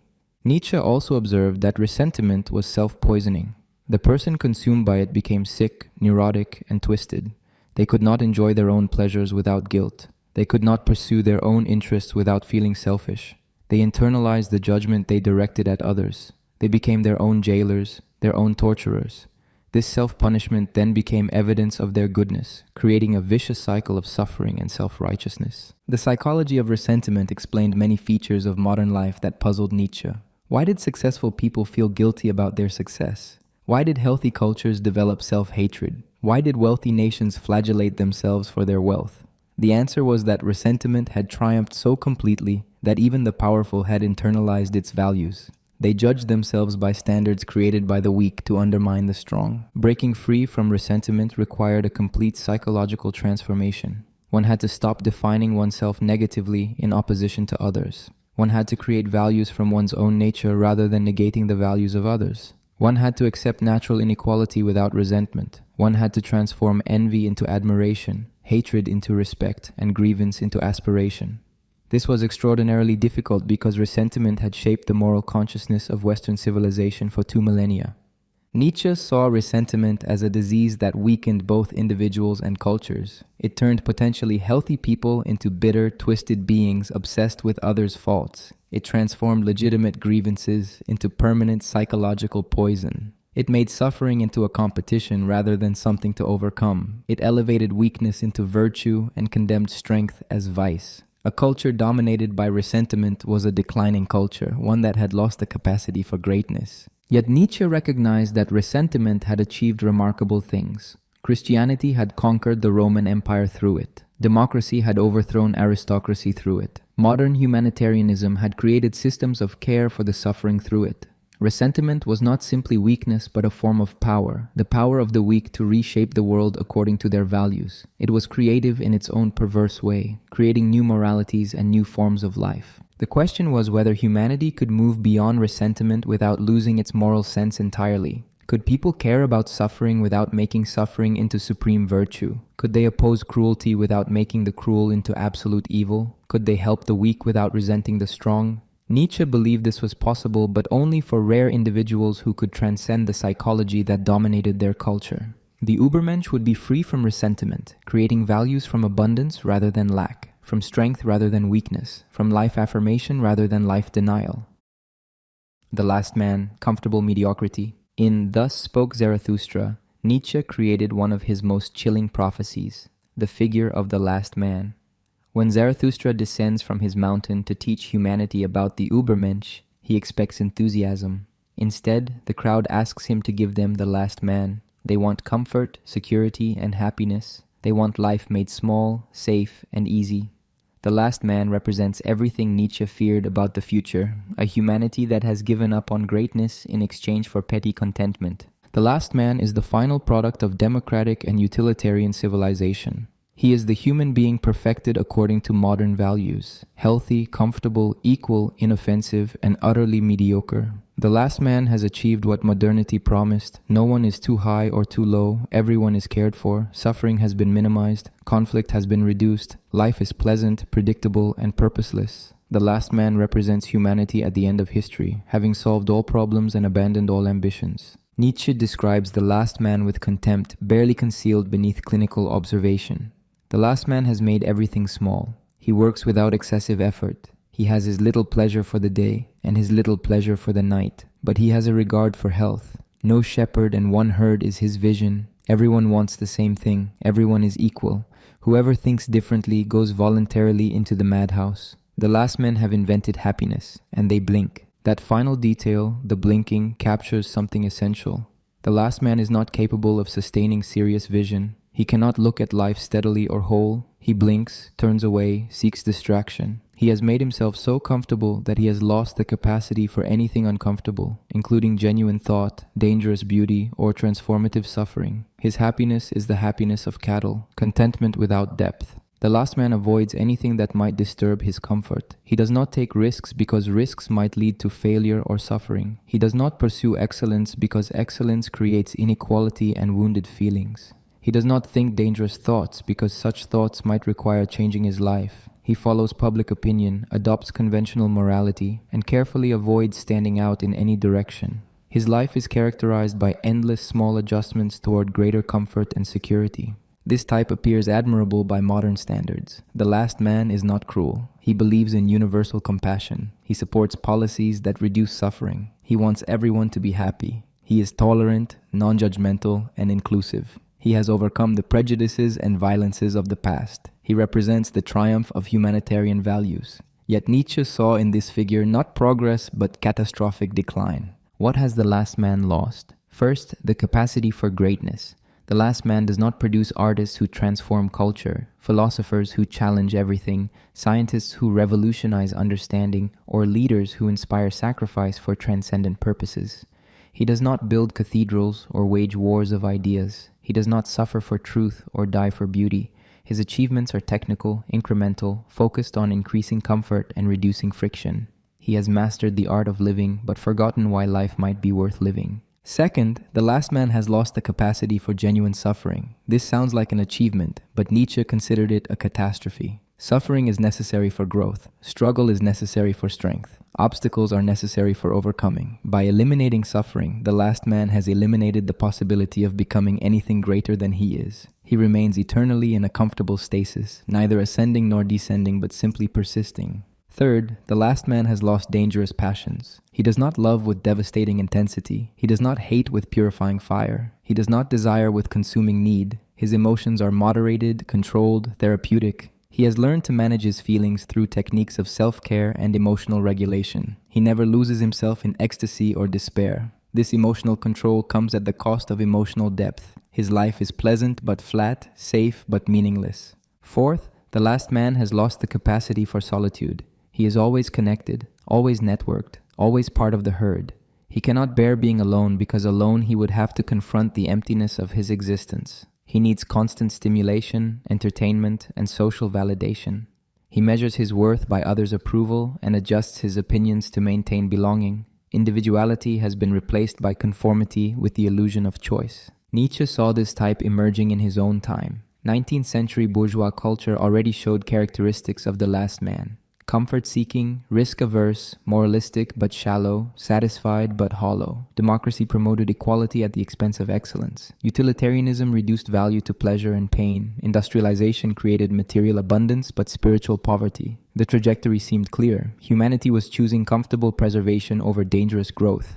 The last man represents the victory of what Nietzsche called herd instinct. The herd animal seeks safety in numbers, conformity, and mutual protection. It fears anything that might separate it from the group. It punishes deviation and celebrates sameness. The herd is conservative not because it values tradition, but because it fears change. Innovation threatens stability. Excellence creates uncomfortable comparisons. Genuine individuality endangers collective harmony. Modern institutions systematically produce last men. Education teaches conformity and useful skills rather than dangerous questioning.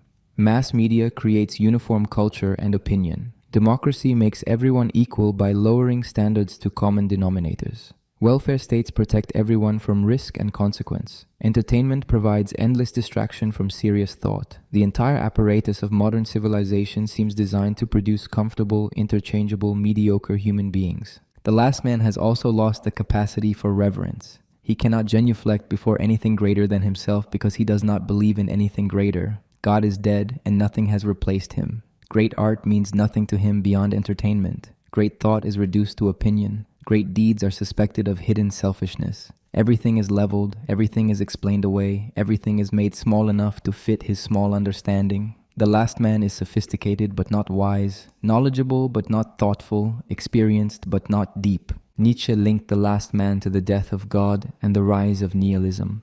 When transcendent meaning disappeared, humanity faced a choice. One path led upward to the Übermensch, who would create new values and give life meaning through creative power. The other path led downward to the last man, who would abandon the search for meaning and settle for happiness. Most people would choose the downward path because it was easier, safer, and more immediately pleasant. The last man represents passive nihilism. He does not actively destroy values. He simply stops believing in anything beyond immediate comfort. He mouths platitudes about human rights and universal values, but these are just useful fictions that maintain social order. He does not actually believe in anything strongly enough to sacrifice for it.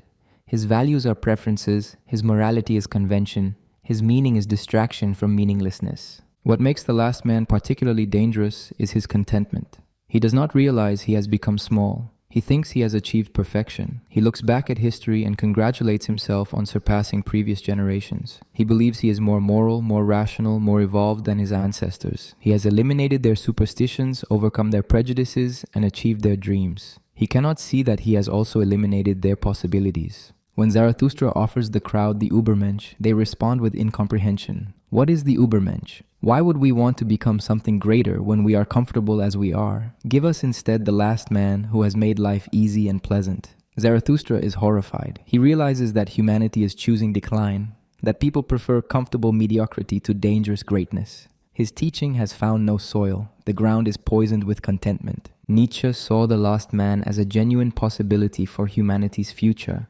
This was not distant dystopia, but emerging reality. Western civilization was already producing last men. The question was whether anything could reverse this trend. Could humanity be shocked out of its comfortable decline? Could some catastrophe awaken dangerous passions and desperate creativity? Could individuals resist the leveling pressure of mass society and become something greater despite the surrounding mediocrity? The alternative to the last man was the Übermensch, but the path to the Übermensch led through tremendous suffering and struggle. It required rejecting everything modern civilization offered: security, equality, comfort, and happiness.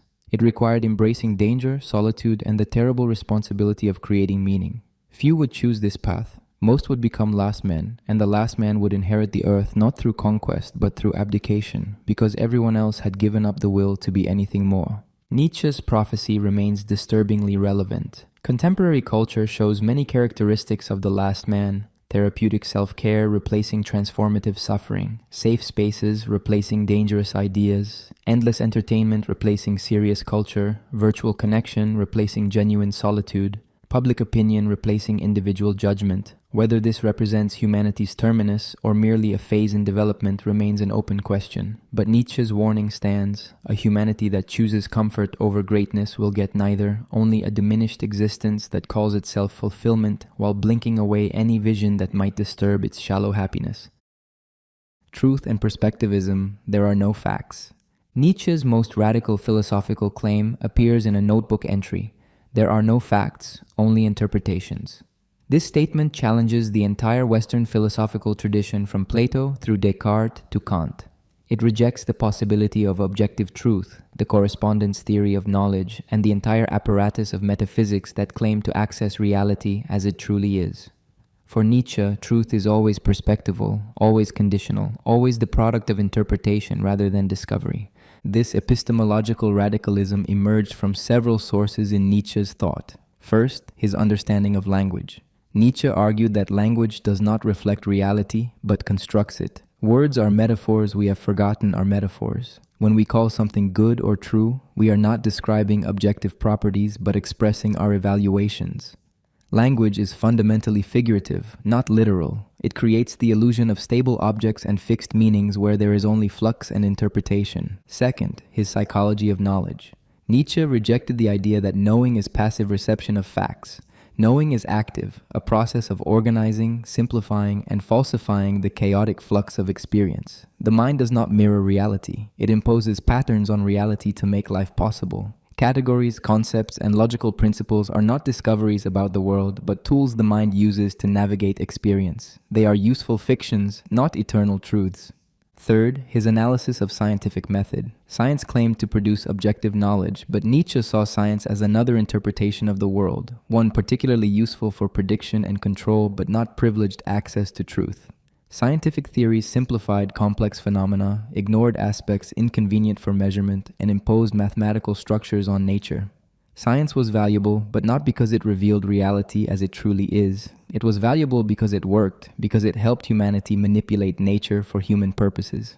Nietzsche's perspectivism held that all knowledge is knowledge from a particular perspective. There is no view from nowhere, no God's eye perspective, no way to step outside all perspectives and see reality without interpretation. Every observation, every thought, every theory comes from somewhere, reflects certain interests, serves certain purposes. The idea that we could transcend perspective and achieve pure objectivity was an illusion inherited from theology. This did not mean that all perspectives were equally valid. Some perspectives were more powerful, more comprehensive, more fruitful than others. Science was superior to superstition not because it was objectively true, but because it was more useful. A perspective that allowed successful prediction and manipulation was better than one that did not. But this superiority was pragmatic, not metaphysical. Science helped humanity master nature, but it did not reveal nature's essence. Nietzsche distinguished between interpretation and arbitrary invention. To say that knowledge is interpretation does not mean anything goes. Interpretations must answer to something. They encounter resistance from reality. Some interpretations work better than others.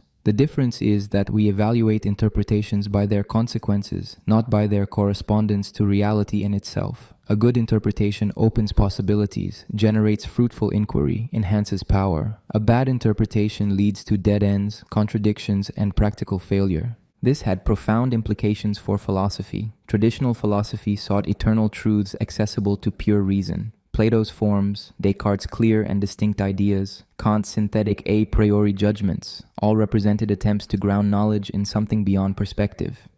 Nietzsche considered these attempts failures. Philosophy could not transcend perspective because philosophers were human beings with particular locations, interests, and limitations. Even the most abstract metaphysics reflected the personality and circumstances of its creator. Philosophical systems, according to Nietzsche, were involuntary autobiographies. They revealed more about the philosopher than about reality. Plato's theory of forms reflected an ascetic temperament that despised the material world. Kant's categorical imperative reflected German Protestant morality.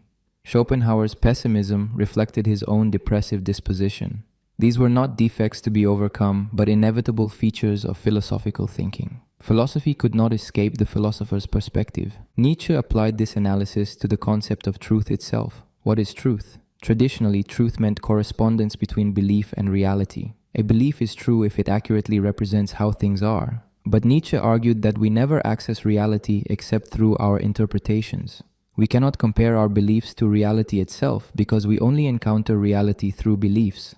The correspondence theory of truth required an impossible view from nowhere. Instead, Nietzsche suggested that what we call truth is simply an interpretation that has proven useful and has become habitual. Mathematical truths helped us calculate and predict. Logical principles helped us think coherently. Scientific theories helped us manipulate nature. These interpretations worked so well that we forgot they were interpretations and began treating them as objective truths. But their authority came from utility, not from correspondence to reality.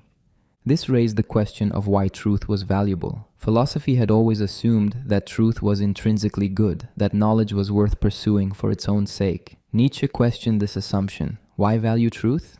In many cases, illusions were more useful than truths. Believing in free will might make people more responsible. Believing in divine justice might make them more moral. Believing life has meaning might give them strength to endure suffering. These beliefs might be false but beneficial. Nietzsche suggested that the will to truth was actually a form of the will to power. We sought truth not because truth was inherently good, but because knowledge gave us power over nature and other people. The scientist who discovered natural laws could predict and control. The priest who claimed to know God's will could command obedience. The philosopher who understood reality could claim authority. Truth was valuable as an instrument, not as an end in itself. This led to a radical revaluation of truthfulness as a virtue. Honesty, intellectual integrity, and commitment to truth regardless of consequences, these were values Nietzsche admired.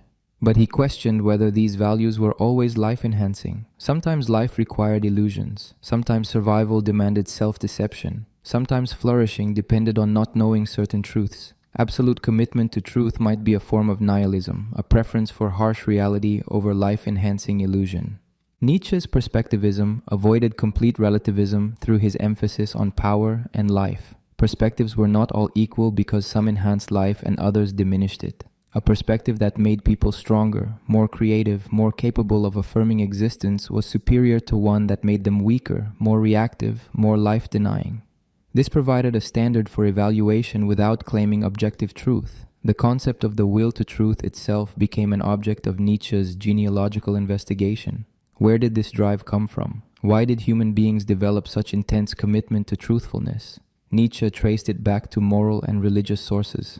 Christianity demanded absolute honesty before God. You could not lie to an omniscient being. This religious requirement for truthfulness eventually secularized into scientific and philosophical commitments to truth. But once freed from its religious context, the will to truth turned against religion itself, exposing its claims as unfounded. This created an ironic situation. Christianity had cultivated intellectual honesty as a virtue. This honesty eventually undermined Christian belief. The scientific method, developed partly in Christian culture, revealed that the universe did not require a creator. Historical criticism, applied to sacred texts, showed them to be human documents rather than divine revelation. The will to truth, cultivated by Christianity, killed Christianity. This was a form of intellectual suicide, where a tradition destroyed itself through its own values. Nietzsche wondered whether the same process would continue. If the will to truth had destroyed religious belief, might it eventually destroy the belief in truth itself? Might radical honesty reveal that truth was itself an interpretation, a value among values, rather than the foundation of all value? This would be the completion of European nihilism, where even the will to truth recognized itself as groundless. What would happen then? Would humanity lose its orientation entirely, or would it find a new relationship to knowledge beyond the true-false distinction? Perspectivism also applied to moral truth. There were no moral facts, only moral interpretations. When someone said an action was good or evil, they were not describing objective properties but expressing their values. Moral judgments reflected the perspective of the person judging.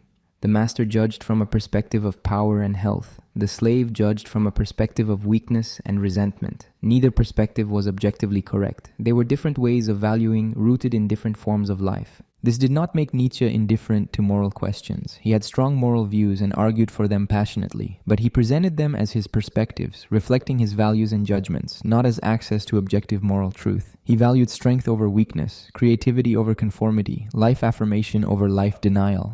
These were his preferences, grounded in his understanding of what enhanced life. Others with different perspectives would judge differently. The implication was that moral philosophy could not discover universal principles valid for all rational beings. Kant's categorical imperative, Mill's utility principle, Aristotle's human function, all were interpretations reflecting particular perspectives. They might be admirable interpretations, but they were not objective truths. Moral philosophy should acknowledge its perspectival nature and argue for particular visions of good life, rather than claiming to deduce universal principles from reason. Nietzsche's perspectivism challenged the Enlightenment faith in universal reason. The Enlightenment believed that reason, properly employed, would lead all humans to the same conclusions. Rational beings would agree on scientific truths, moral principles, and political arrangements. Differences reflected ignorance, prejudice, or irrationality. Education and rational discussion would eventually produce consensus. Nietzsche considered this naive. Reason was not a universal faculty leading everyone to the same place. It was a tool that could be used from different perspectives toward different ends. This had political implications.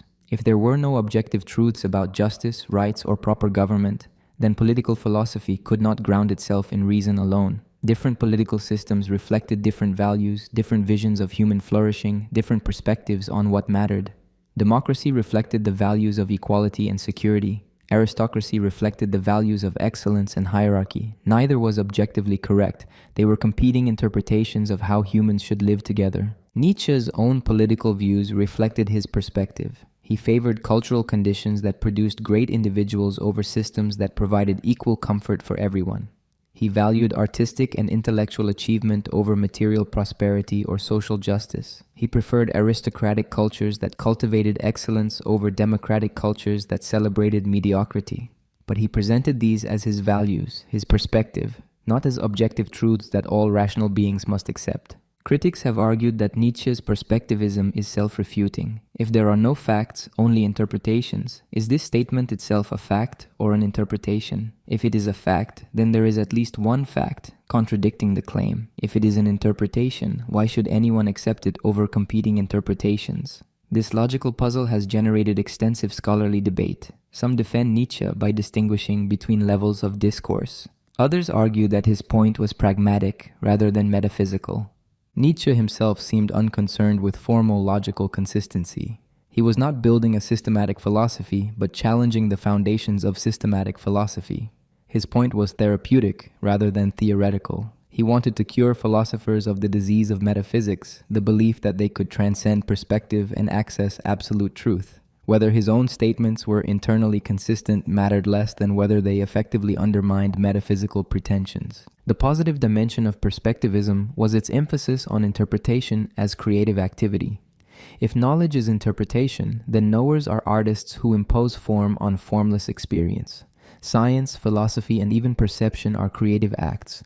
We do not discover a ready-made world but participate in world-making. This elevated the status of interpretation from passive reception to active creation.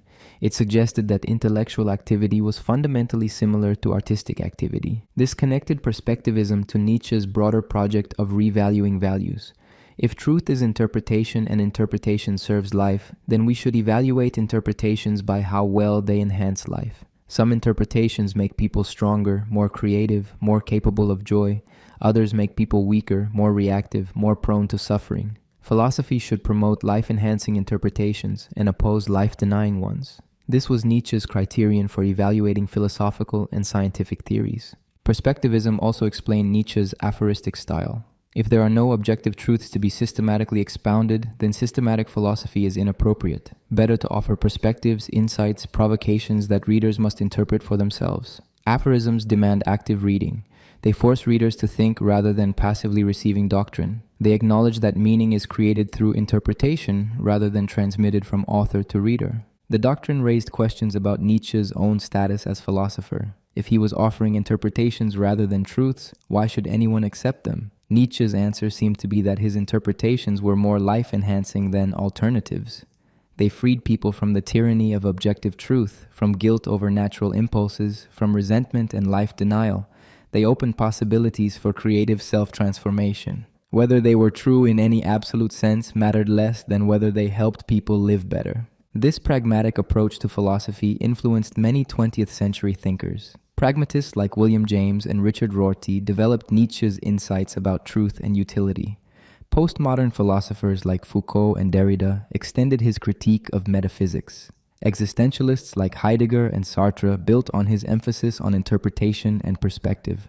Nietzsche's perspectivism became foundational for much contemporary philosophy, even among those who rejected his specific conclusions. But perspectivism also attracted criticism. Some argued it led to nihilism by destroying any ground for knowledge or value. Others warned it justified oppressive power relations by denying objective standards of justice and truth. Still others claimed it made rational discussion impossible by reducing all arguments to expressions of competing perspectives. These objections continue to generate philosophical debate about the limits and implications of perspectival thinking. Nietzsche would likely have welcomed these criticisms as signs that his thought remained vital and challenging. He did not want disciples who accepted his views uncritically. He wanted thinkers who would use his insights as tools for their own philosophical projects. Perspectivism was not a doctrine to be defended, but a perspective to be tested against experience. Its value lay not in being true, but in opening new possibilities for thought and life. The genealogy of morals, where values come from. On the genealogy of morals, published in 1887, represents Nietzsche's most sustained analysis of moral psychology. The book applies historical and psychological investigation to reveal the origins of moral concepts. Nietzsche's central claim is that morality has a history, that values emerged from human needs and conflicts rather than being eternal truths. By tracing this genealogy, Nietzsche hoped to show that modern morality was not inevitable, not natural, not obviously beneficial. It was a contingent historical development that could and should be questioned.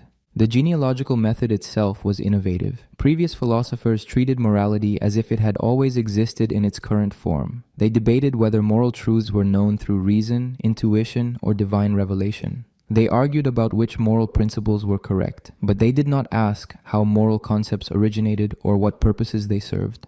Nietzsche shifted attention from justification to origin. Instead of asking whether a moral belief is true, he asked where it came from and what human needs it satisfied. This historical approach revealed something previous philosophy had missed. Moral concepts that seemed natural and universal were actually relatively recent inventions. Guilt, conscience, sin, free will, moral responsibility. These concepts had specific origins in particular cultures at particular times. They did not exist in ancient Greece or pre-Christian Europe. They were created under specific historical conditions and served specific purposes. Understanding their genealogy meant understanding what problems they were meant to solve. The first essay examined the origins of the concepts good and evil. Nietzsche began with etymology, noting that words for good in various European languages originally meant noble, aristocratic, or of high rank.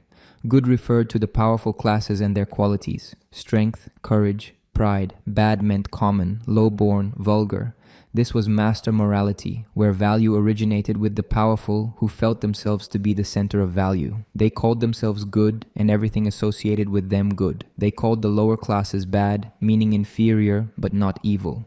The transformation came with what Nietzsche called the slave revolt in morality. The powerless could not defeat the powerful physically, so they achieved spiritual revenge. They inverted values, declaring that the qualities of the powerful were actually evil. Strength became oppression, pride became arrogance, self-assertion became sin. Then they declared their own qualities born from weakness to be truly good. Meekness, humility, obedience, these became virtues rather than expressions of powerlessness. This inversion required inventing the concept of evil will. Ancient morality had known good and bad, qualities and defects, but not good and evil as moral categories implying choice and blame. Slave morality invented the idea that the powerful were evil, that they chose to oppress when they could choose otherwise, that they deserved punishment for their wickedness. This allowed the powerless to see themselves as morally superior despite being physically inferior. They suffered because they were good, and the powerful prospered because they were evil. The second essay investigated the origins of conscience and guilt. How did human beings develop the capacity to keep promises, to bind themselves to future actions, to create obligations? Nietzsche's answer was brutal. Through violence and pain, early human societies used cruel punishments to burn memories into forgetful animals. The person who broke promises was made to suffer so intensely that they would remember not to break promises again. Pain created memory, terror created reliability. This process required breeding a calculating animal from a forgetful one. Humans naturally live in the moment, responding to immediate impulses. Creating a being capable of keeping promises meant overcoming this natural condition. It required making the future real and present through fear. The person who contemplated breaking a promise had to vividly imagine future punishment. This imagination, created through actual experience of punishment, made humans capable of moral behavior. But something went wrong in this process. At some point, the aggression that was directed outward against promise breakers turned inward. Humans began to punish themselves, to feel guilty for their own impulses, to develop what Nietzsche called bad conscience. This happened when external circumstances prevented the discharge of aggressive instincts. Humans trapped in peaceful societies, unable to act out their natural cruelty, turned that cruelty against themselves. This internalization of aggression created the phenomenon of guilt. The human animal began to see itself as sinful, as deserving punishment, as fundamentally corrupt. Natural impulses became sins requiring repentance. The healthy discharge of strength became wickedness, requiring suppression. Humans developed the peculiar ability to torture themselves, to find pleasure in their own pain, to make their own nature into an enemy. This was the origin of asceticism and the spiritual life. Christianity intensified this process to the maximum. It declared that human nature itself was sinful, that pride was the worst sin, that all humans deserved eternal punishment. It made guilt universal and inescapable. Everyone was born in sin. Every natural impulse was suspicious. The only escape was through divine grace, which required complete submission to God's will. Christianity turned bad conscience into a cosmic principle, making humans eternally indebted to a God they could never repay. The third essay analyzed the ascetic ideal, the vision of life based on self-denial, suffering, and transcendence of earthly existence. Why did humans develop such life-denying values? Nietzsche's answer was complex. For the weak and sick, asceticism provided meaning for their suffering. Instead of suffering meaninglessly, they suffered for spiritual purification. Their pain became redemptive. The ascetic priest taught them to see their suffering as their own fault and their cure as self-overcoming. This made unbearable suffering bearable by giving it meaning. But asceticism also served the priest's will to power. The ascetic priest could not dominate through physical strength, so he dominated spiritually. He made himself indispensable by creating guilt and offering redemption. He turned natural human impulses into sins that required his mediation with God. He created a whole population of sick, guilty people who needed his services. Asceticism was simultaneously the priest's own self-torture and his weapon for controlling others. Nietzsche identified the ascetic ideal as pervasive in Western culture, extending far beyond explicit religious contexts. Science, despite its apparent opposition to religion, was another expression of the ascetic ideal. It shared religion's belief in truth as absolute value, its rejection of the body and sensory appearance, its faith in an unchanging reality behind changing phenomena. Science was will to truth pursued ascetically, demanding sacrifice of comfort, prejudice, and wishful thinking. It was asceticism without God. Philosophy too exemplified the ascetic ideal. From Plato onward, Western philosophy had distinguished between the real world accessible to reason and the apparent world of the senses. It declared the sensory world inferior and directed philosophical attention toward abstract, eternal truths. It cultivated intellectual virtues that required suppressing bodily needs and emotional responses. Philosophy was the ascetic life in its most refined form, seeking escape from the body into pure thought. Even apparently life-affirming modern movements retained ascetic structure. Revolutionary politics promised future paradise in exchange for present sacrifice. Humanitarian ethics demanded suppression of self-interest for universal welfare. Democracy elevated the suffering and weak at the expense of the strong and healthy. All of these were secularized versions of Christian asceticism, retaining its structure while discarding its theology. The genealogical method revealed that what seemed natural and inevitable was actually contingent and historical. Moral concepts had origins, served purposes, reflected power struggles. They were not eternal truths, but human creations. This raised the possibility that they could be questioned, rejected, or replaced. If guilt was invented under specific historical conditions, perhaps it could be uninvented. If ascetic values emerged from particular needs, perhaps different values could be created from different needs.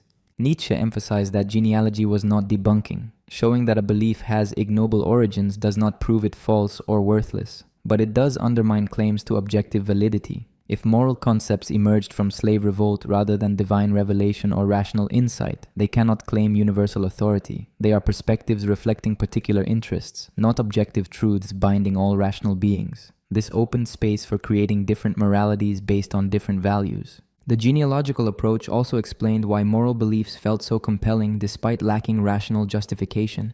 They were backed by millennia of conditioning, by institutional power, by deep psychological investment. They structured human consciousness itself. People could not simply think their way out of Christian morality any more than fish could think their way out of water. The concepts were too deeply embedded in language, thought, and identity. Yet Nietzsche believed that understanding genealogy could loosen morality's hold. Once you recognized that guilt was a historical invention rather than an eternal truth, it lost some of its power. Once you saw that ascetic values emerged from resentment rather than wisdom, you could question them more freely. Genealogy did not immediately free anyone from moral conditioning, but it created critical distance necessary for eventual liberation. The book concluded without offering a new morality to replace the old. Nietzsche's purpose was diagnostic rather than prescriptive. He wanted to expose the genealogy of existing morality to show its contingency and questionable origins. Creating new values was a task for the future, for philosophers who could think beyond good and evil.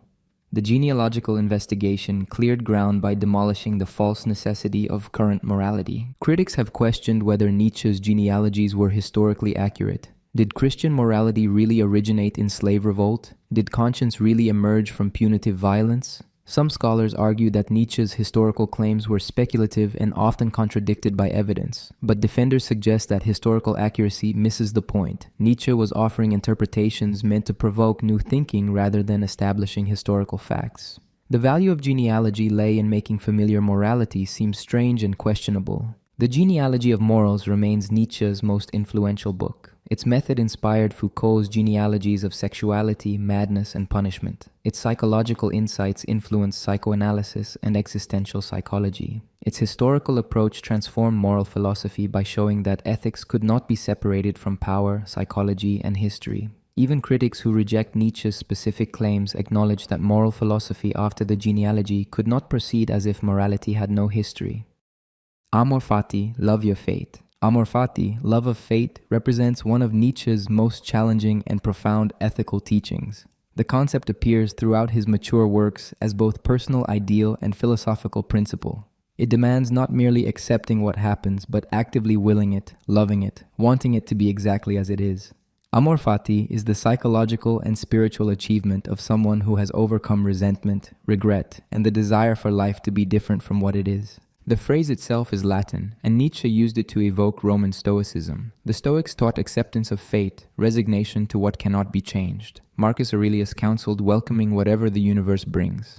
Epictetus distinguished between what is in our power and what is not, urging focus on the former and indifference to the latter.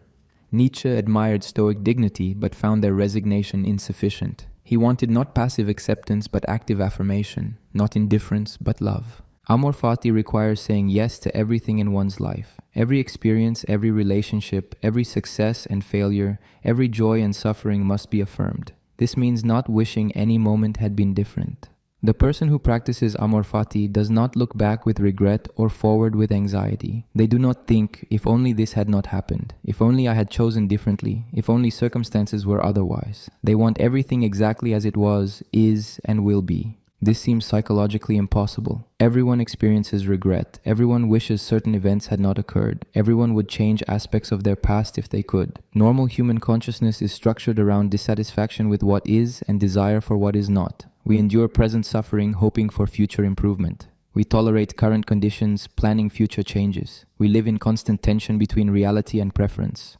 Amor fati demands dissolving this tension. It requires reaching a state where desire and reality perfectly coincide, where one wants exactly what one has and has exactly what one wants. This is not achieved by getting everything you want, but by wanting everything you get. It is psychological transformation rather than external change. The world does not need to change. Your relationship to the world changes. You stop fighting reality and embrace it completely. Nietzsche connected amor fati to his doctrine of eternal recurrence. If you must live your life infinitely many times, exactly as it was, amor fati becomes necessary for psychological health. Without it, eternal recurrence would be hell, repeating forever a life you wish were different. With amor fati, eternal recurrence becomes the highest blessing, repeating forever a life you love completely. The person who practices amor fati automatically passes the test of eternal recurrence. This does not mean passivity or resignation. Amor fati does not forbid action or effort to change circumstances. One can work to improve conditions while simultaneously loving whatever results from that work. The key is eliminating the gap between will and reality, between desire and outcome. The person practicing amor fati acts from necessity rather than preference. They do what they must do, what expresses their nature, without demanding that results match expectations. Nietzsche presented amor fati as his personal ideal. In a letter from 1882, he wrote, "I want to learn more and more to see as beautiful what is necessary in things. Then I shall be one of those who make things beautiful. Amor fati, let that be my love henceforth. I do not want to wage war against what is ugly. I do not want to accuse. I do not even want to accuse those who accuse. Looking away shall be my only negation. And all in all and on the whole, someday I wish to be only a yes-sayer." This passage reveals several dimensions of the concept. First, amor fati involves aesthetic transformation. What is necessary becomes beautiful through a change in perception. Second, it eliminates accusation and resentment. There is no enemy to blame because everything is loved. Third, it turns negation into simple neglect. One does not fight what one dislikes, but simply looks elsewhere. Fourth, it culminates in pure affirmation, saying yes to everything. The connection to health is crucial. Nietzsche saw resentment, regret, and resistance to reality as symptoms of psychological sickness. The healthy person affirms life in all its manifestations. The sick person complains, accuses, and wishes things were different. Amor fati is the virtue of the healthy who overflow with strength and can therefore embrace even suffering and difficulty as necessary for their development. This raises questions about responsibility and moral judgment. If one practices amor fati, can one still oppose injustice or work to prevent suffering? If everything should be loved, does this not legitimize oppression and cruelty? Nietzsche's response would be that amor fati applies to what has happened and what is, not to what might happen. One can love past necessity while working to shape future possibility. The key is acting without resentment, from strength rather than weakness. Amor fati also connects to self-acceptance.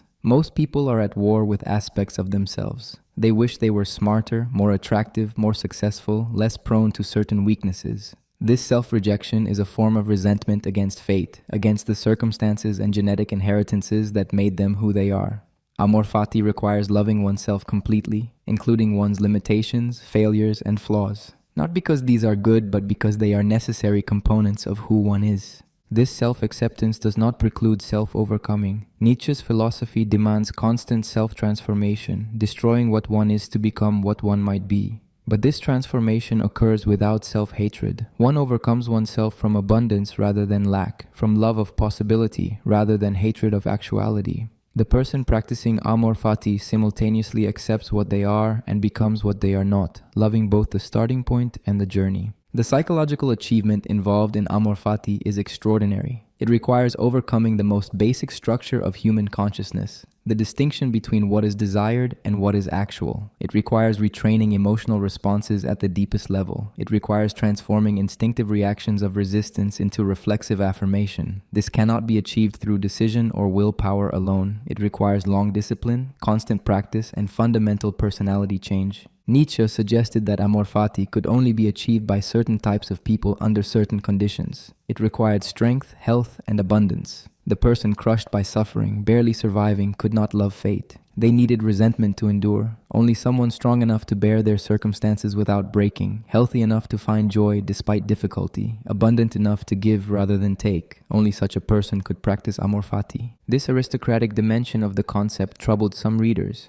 It seemed to suggest that only the privileged could achieve amor fati, that those suffering genuine oppression or poverty could not be expected to love their fate. Nietzsche would likely respond that he was describing an ideal, not blaming those who failed to achieve it. He was showing the heights humanity could reach, not condemning those who remained in valleys. But the tension between amor fati as universal ideal and as achievement of the fortunate remains unresolved. The concept also has religious resonance. Amor fati resembles mystical acceptance of divine will. Many religious traditions teach surrender to God's plan, trust in providence, and acceptance of suffering as divine purpose.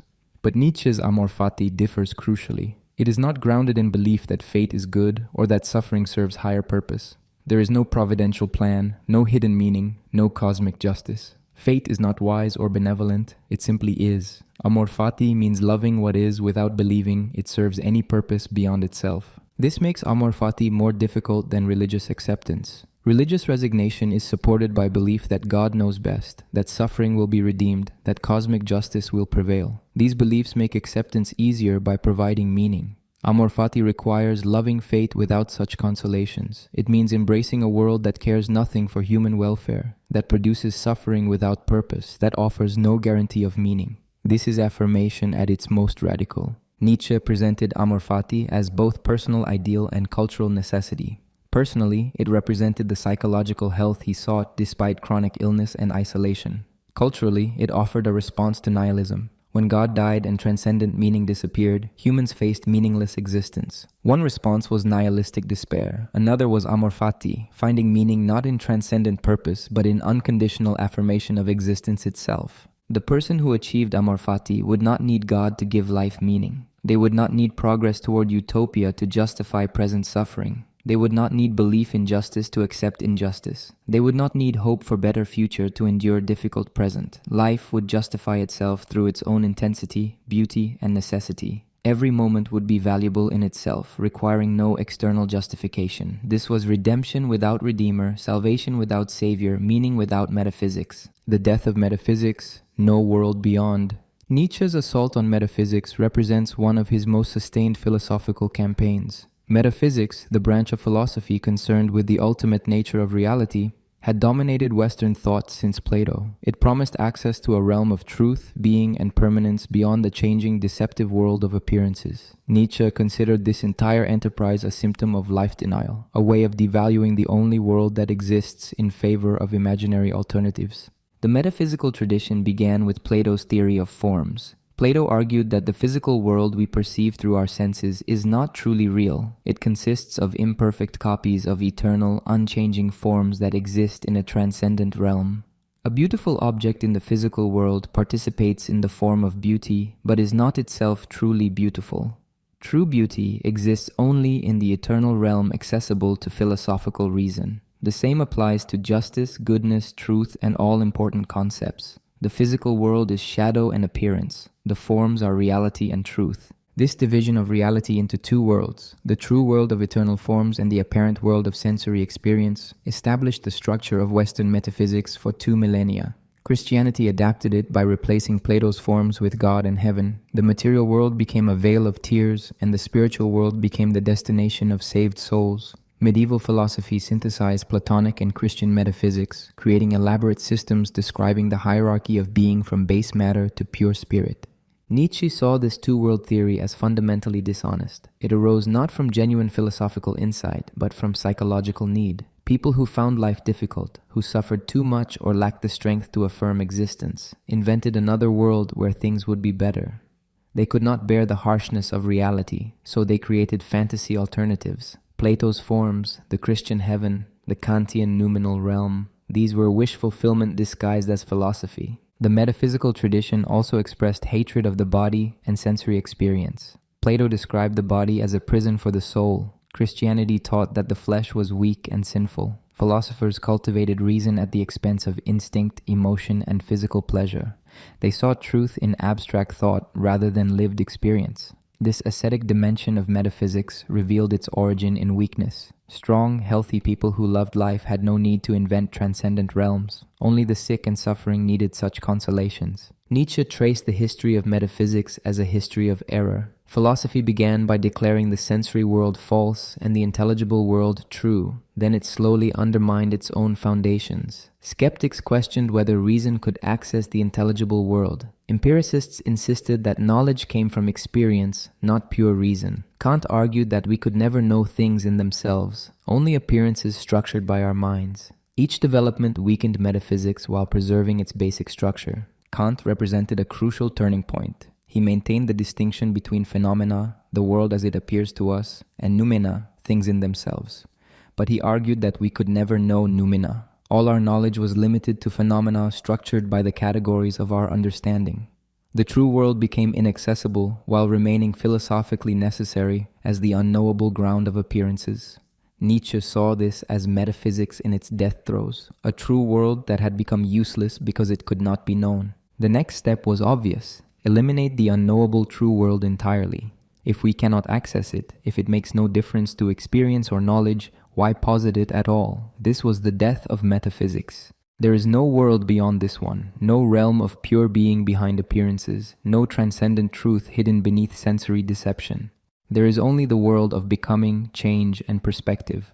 What metaphysics called the apparent world is the only world. This did not mean that the world of sense experience was simply given as it appears. Nietzsche was not a naive empiricist. He recognized that perception itself was interpretation, that what we call the given world was already structured by our cognitive apparatus, language, and concepts. But this structuring happened within the natural world, through evolved biological and cultural processes, not through access to transcendent reality. There was no God's eye view, no perspective from nowhere, no way to step outside the world and see it as it truly is. The abolition of the true world had radical consequences. Without transcendent standards, truth became perspectival. Without eternal forms, values became human creations. Without God, morality lost its objective foundation. Without the soul, personal identity became problematic. Without free will in the metaphysical sense, moral responsibility required reconceptualization. Every concept grounded in metaphysics had to be rethought or abandoned. Nietzsche argued that European culture had not yet grasped these implications. People had stopped believing in metaphysics, but continued living according to values and concepts that only made sense within a metaphysical framework. They were atheists who preserved Christian morality, skeptics who believed in objective truth, materialists who talked about human dignity and rights.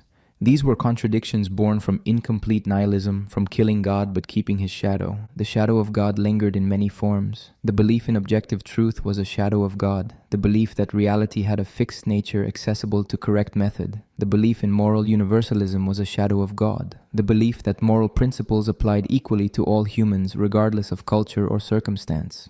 The belief in progress was a shadow of God, secularized providence promising that history moved toward a better state. The belief in human equality was a shadow of God, the Christian doctrine that all souls were equal before God translated into secular humanism.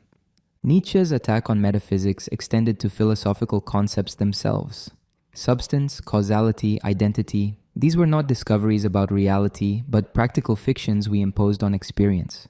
The concept of substance, the idea that objects remain the same despite changing properties, was a simplification that made thinking easier but did not reflect reality. Everything was process and becoming. There were no stable entities, only patterns of change we found useful to treat as things. Similarly, causality was not a feature of reality but a structure we imposed. We perceived sequences of events and called earlier events causes of later events. But this causal connection was not observed, it was inferred, projected onto experience. Reality consisted of events occurring, not of some events causing others.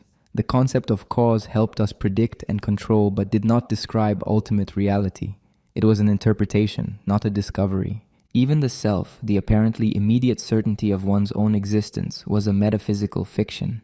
Descartes had argued that the thinking self was the most certain thing, the foundation for all knowledge. Nietzsche questioned whether there was a self that thought or merely thoughts occurring. The unity of consciousness was an illusion. What we called the self was a changing collection of drives, impulses, and interpretations, not a stable substance. The soul was a grammatical convention, not a metaphysical reality. This demolition of metaphysical concepts was not destructive nihilism, but clearing ground for new thinking. Nietzsche wanted philosophy to embrace the world of becoming without yearning for being, to accept perspectival truth without mourning objective truth, to create values without appealing to transcendent standards. This required different philosophical methods and different types of philosophers, artists of ideas rather than systematic builders, experimenters rather than dogmatists, creators rather than discoverers.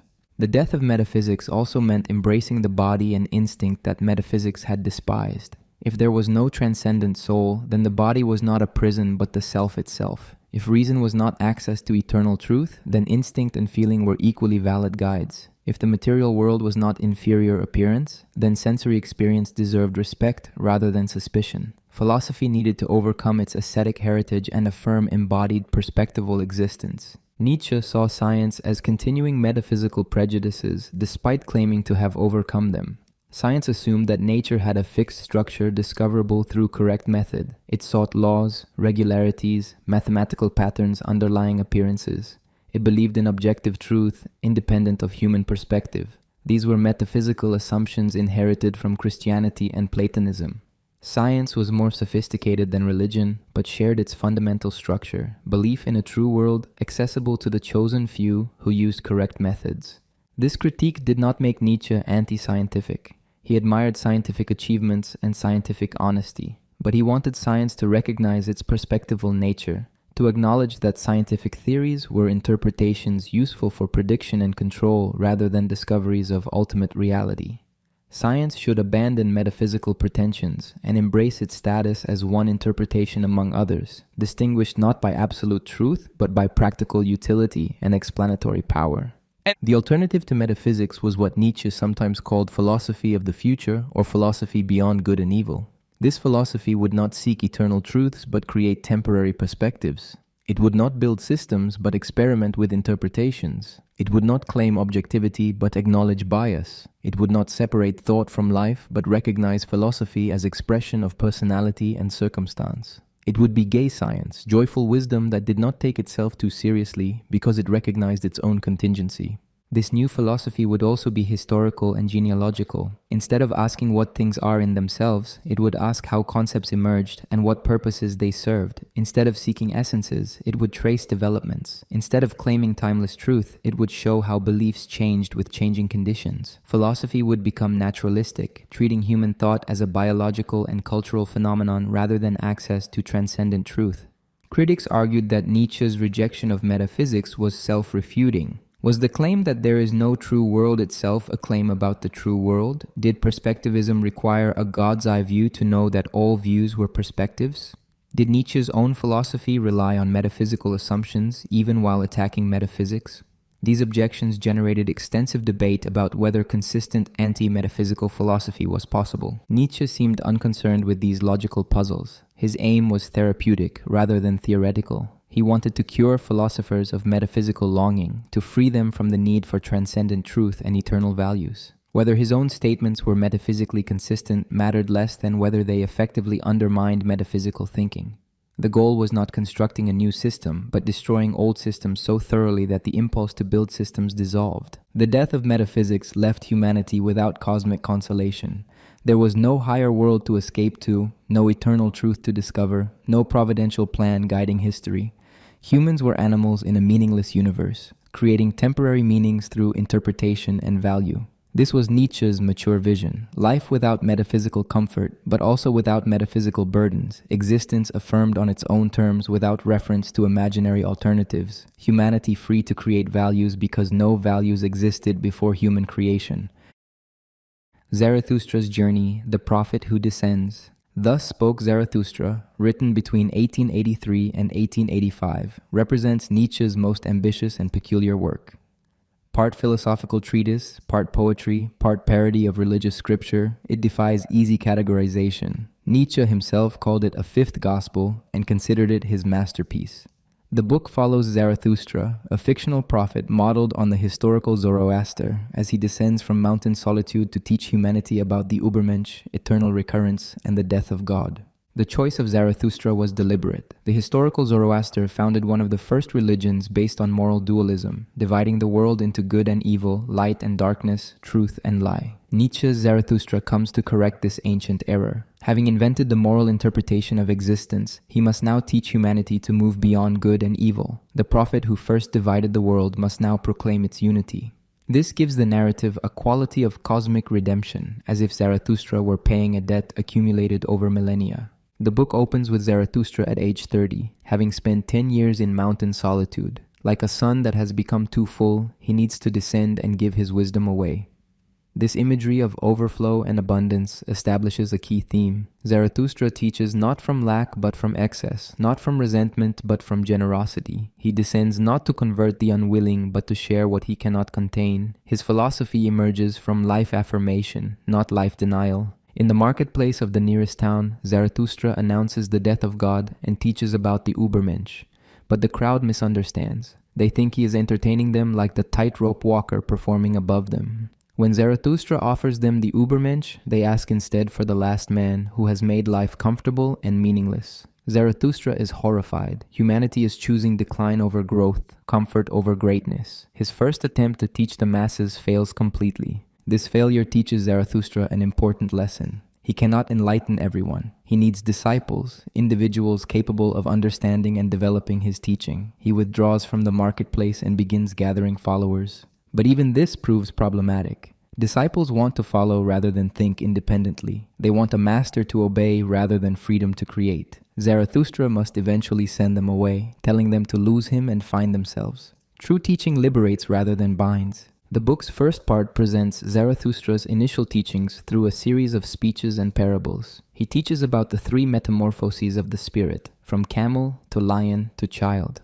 The camel bears the weight of traditional values. The lion rebels and destroys old values, creating freedom. The child creates new values through innocent play. This progression from obedience through rebellion to creation maps the psychological journey beyond conventional morality. Zarathustra's teachings challenge Christian morality systematically. He attacks pity as weakness disguised as virtue. He celebrates the body against those who despise it. He mocks the afterlife and insists on remaining faithful to the earth. He denounces asceticism and praises healthy sensuality. He rejects equality and affirms natural hierarchy. Each teaching inverts some aspect of Christian values, constructing an alternative morality based on life affirmation rather than life denial. The style is poetic and aphoristic, with extended metaphors and parabolic narratives.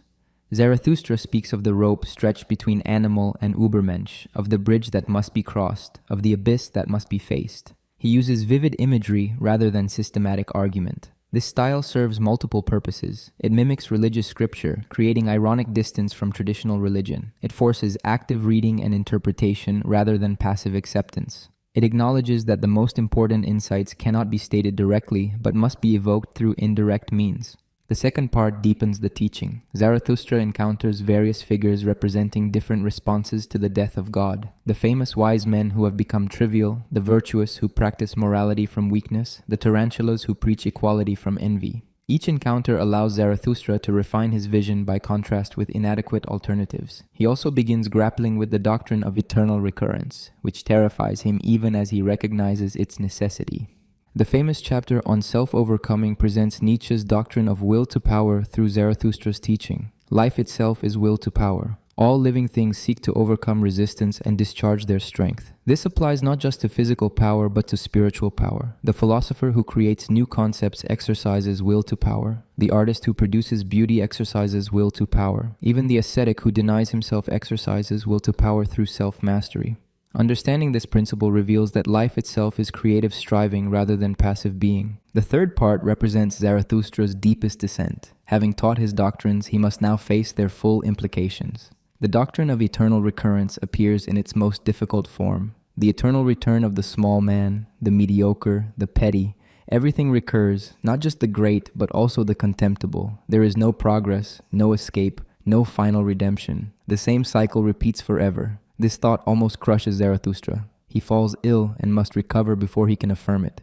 The recovery comes through several crucial insights. First, Zarathustra learns that redemption means willing backward, transforming every "it was" into "thus I willed it." Instead of resenting the past and wishing it were different, one must affirm it completely, willing it to be exactly as it was.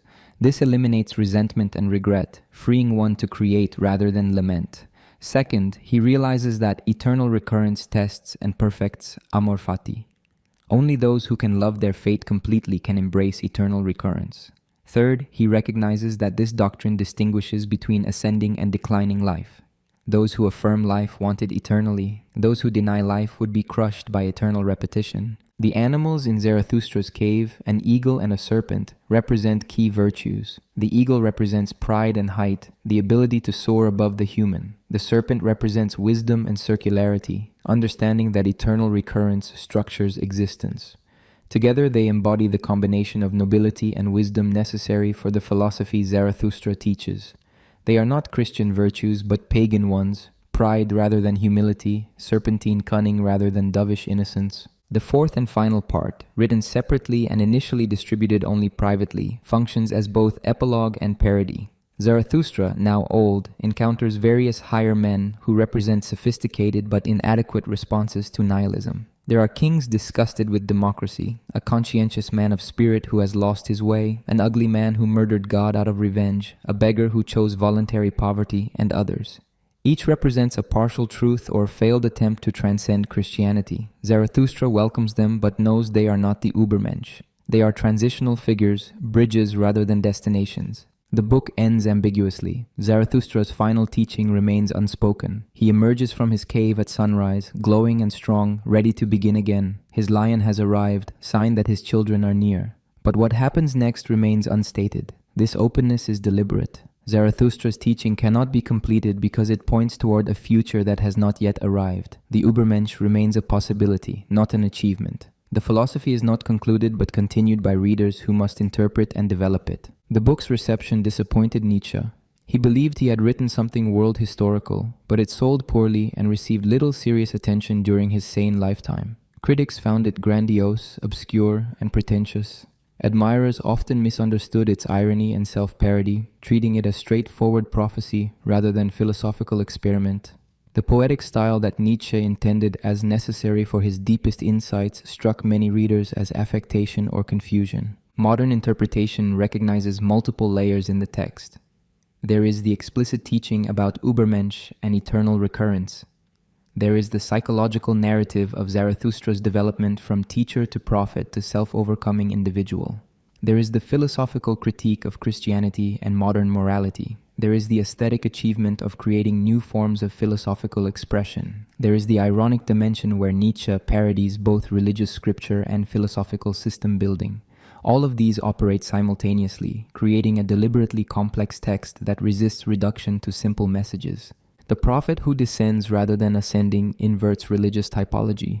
Moses ascended the mountain to receive God's law. Zarathustra descends to announce God's death. Jesus ascended to heaven. Zarathustra remains faithful to earth. The Buddha achieved enlightenment and taught escape from suffering. Zarathustra teaches affirmation of suffering as necessary for growth. Every major religious figure sought transcendence. Zarathustra preaches immanence. The descent rather than ascent signals that value lies in this world, not beyond it. Zarathustra himself undergoes transformation throughout the book. He begins confident, eager to teach, certain of his message. He encounters resistance, misunderstanding, and the horrifying implications of his own doctrines. He falls ill, loses his way, struggles with despair. He recovers through deeper affirmation, learning to will even the return of everything he despises. He becomes what he teaches, embodying rather than merely preaching life affirmation. This narrative arc suggests that philosophy is not just intellectual assent to propositions, but existential transformation of the person. The work's influence extended far beyond philosophy. Writers, poets, composers, and artists found inspiration in its imagery and themes. Richard Strauss composed Also sprach Zarathustra, making Nietzsche's prophet into musical iconography. Countless writers borrowed its style and themes. Its language entered educated discourse even among those who never read Nietzsche seriously. Phrases like God is dead and Übermensch became cultural currency, often divorced from their original meanings. Zarathustra became one of the most influential books of modern literature, even if often more referenced than read. Nihilism, the great danger. Nihilism stands at the center of Nietzsche's diagnosis of European culture. He saw it as the defining crisis of modernity, the inevitable consequence of the death of God and the collapse of traditional values. Nihilism meant the devaluation of all values, the condition in which nothing seems worth believing, pursuing, or preserving. It was both a philosophical problem and a cultural catastrophe, one that Nietzsche believed would dominate the coming centuries. The term nihilism comes from the Latin nihil, meaning nothing. In its most basic sense, nihilism is the belief that life has no meaning, that existence serves no purpose, that values are arbitrary, and that truth is impossible. It represents the loss of orienting beliefs that give life direction and significance. When nihilism takes hold, people no longer know what to value, what to pursue, or why to continue living. Everything seems equally meaningless, equally worthless, equally arbitrary. And Nietzsche distinguished between different types of nihilism. Passive nihilism represented exhaustion and decline. The passive nihilist recognized that old values had collapsed but lacked the strength to create new ones. Unable to believe in God or traditional morality, but also unable to create alternatives, the passive nihilist retreated into comfort, distraction, or despair. This was the nihilism of the last man, who had made everything small and settled for petty contentment because greatness seemed impossible. Active nihilism represented destruction and clearing away. The active nihilist attacked old values consciously and deliberately, tearing down traditional beliefs to make space for something new. This was destructive but also potentially creative. It showed strength rather than weakness, rebellion rather than resignation. The active nihilist had enough power to destroy what no longer served life, even if they had not yet created what would replace it. This was the nihilism of the lion in Zarathustra's three metamorphoses, necessary but not sufficient for transformation. But Nietzsche identified a third possibility he called complete or radical nihilism.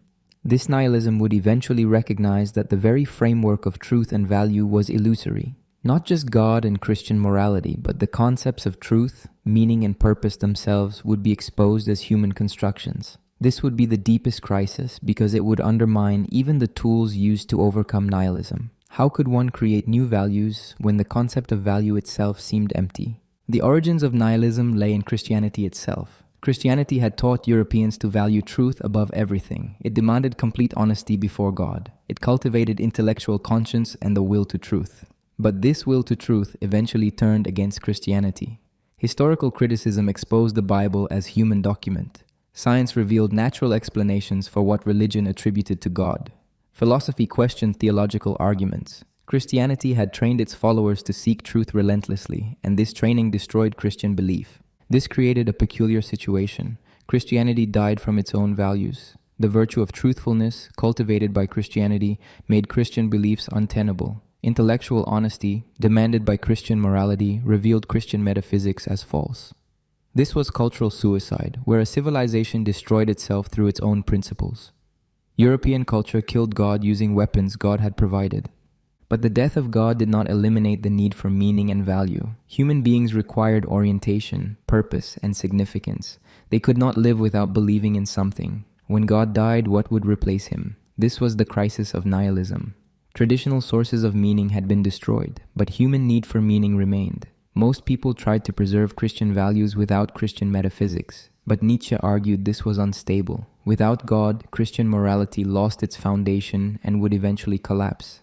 Nietzsche predicted that nihilism would intensify over the coming centuries. As more people recognized the death of God, as traditional beliefs continued to erode, as faith became impossible for intellectually honest people, nihilism would spread from philosophers to the general population. Eventually, entire societies would experience the loss of meaning. What would happen then? Nietzsche saw several possibilities, all troubling. One possibility was collective despair. Populations might fall into depression and hopelessness, unable to find reasons to continue. Birth rates might decline. Suicide might increase. People might lose interest in achievement, creation, or improvement. They might simply go through the motions of life without investment or passion.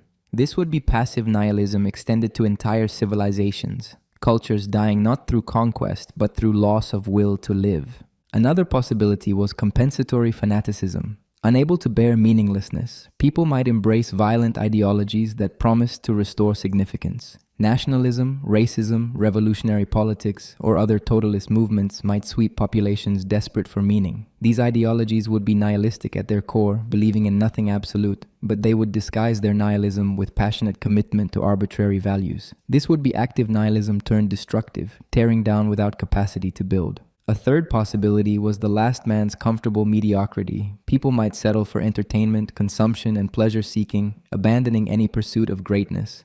They might create societies focused entirely on comfort and security, eliminating suffering but also eliminating the possibility of genuine achievement. This would be passive nihilism that did not even recognize itself as nihilism, mistaking contentment for fulfillment. Nietzsche saw all of these possibilities emerging in his own time. Late 19th century Europe showed signs of cultural exhaustion, compensatory nationalism, and growing focus on material comfort.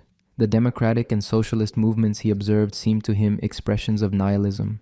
They elevated the weak and suffering, pursued equality rather than excellence, and promised earthly paradise to replace heavenly one. These were secularized Christianity, preserving Christian values while abandoning Christian theology.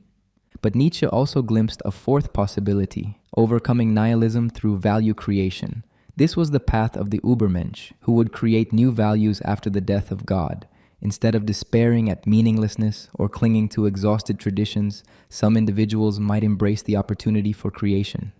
They would recognize that values were human creations rather than divine revelations, and they would consciously create values that affirmed life rather than denied it. This overcoming required tremendous strength.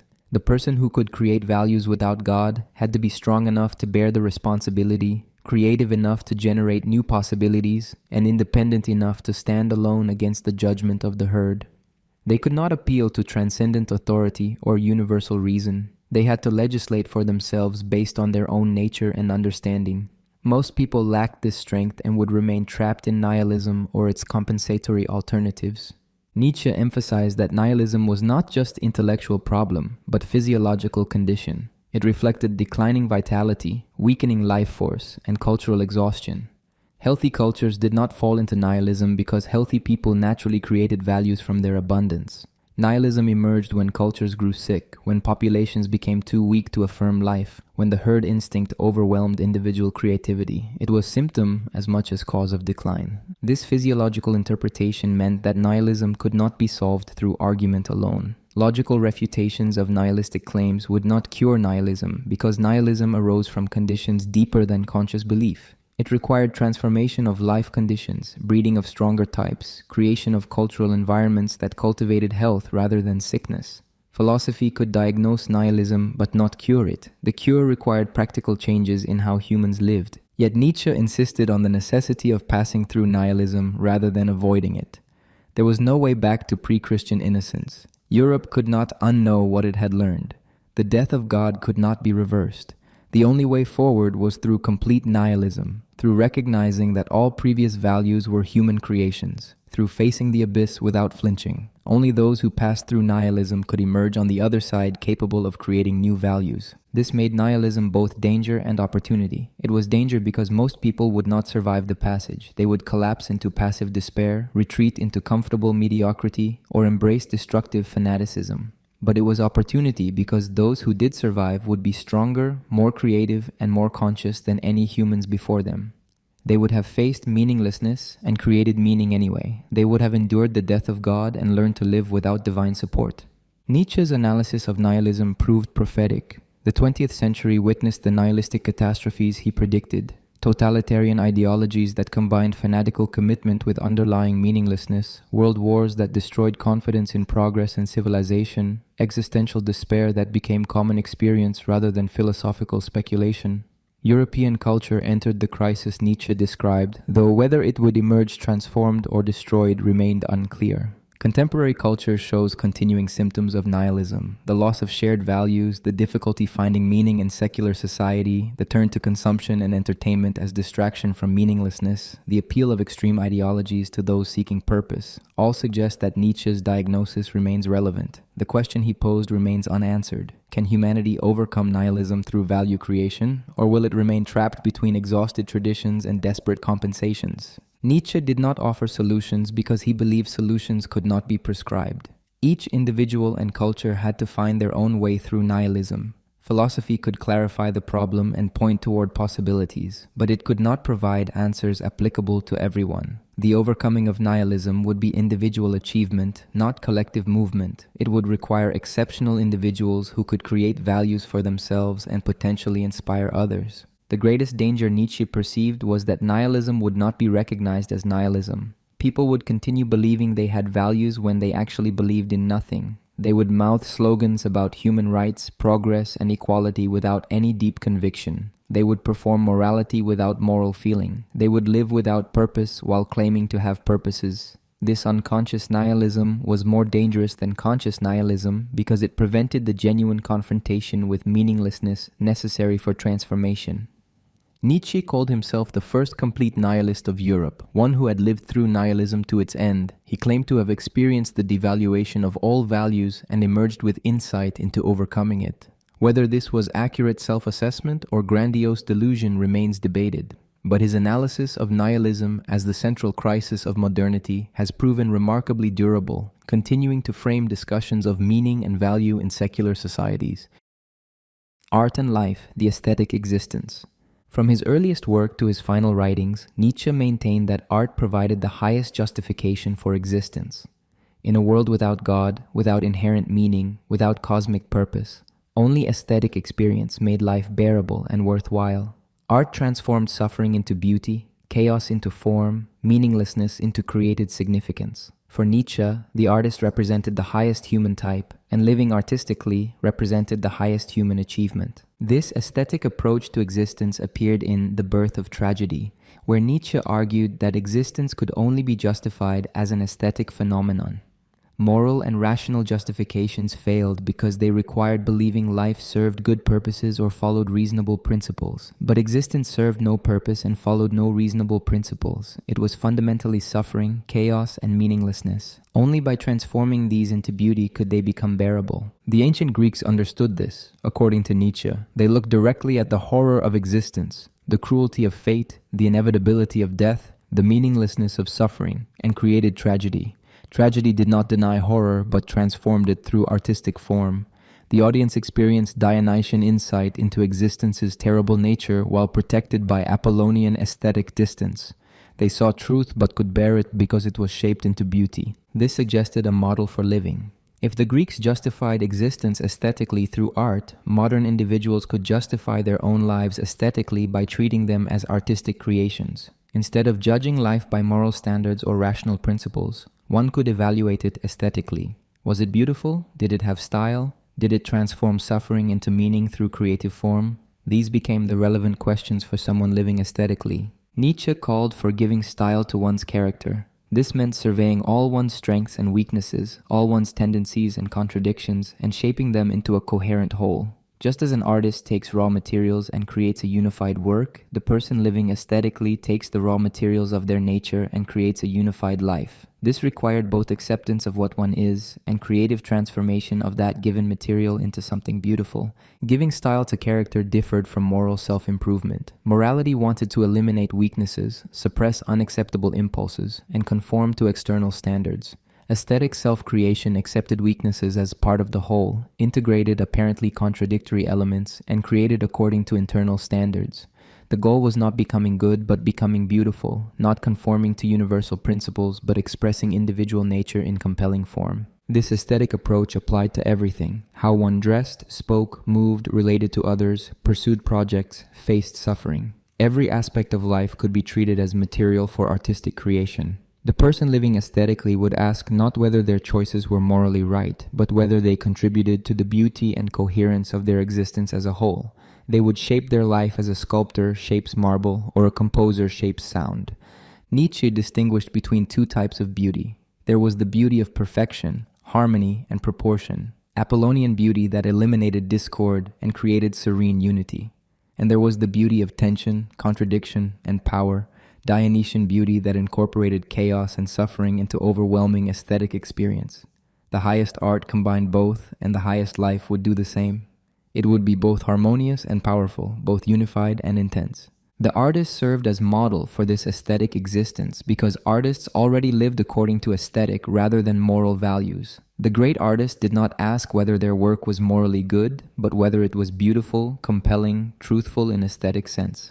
They were willing to suffer for their art, to sacrifice comfort and security, to risk everything for creation.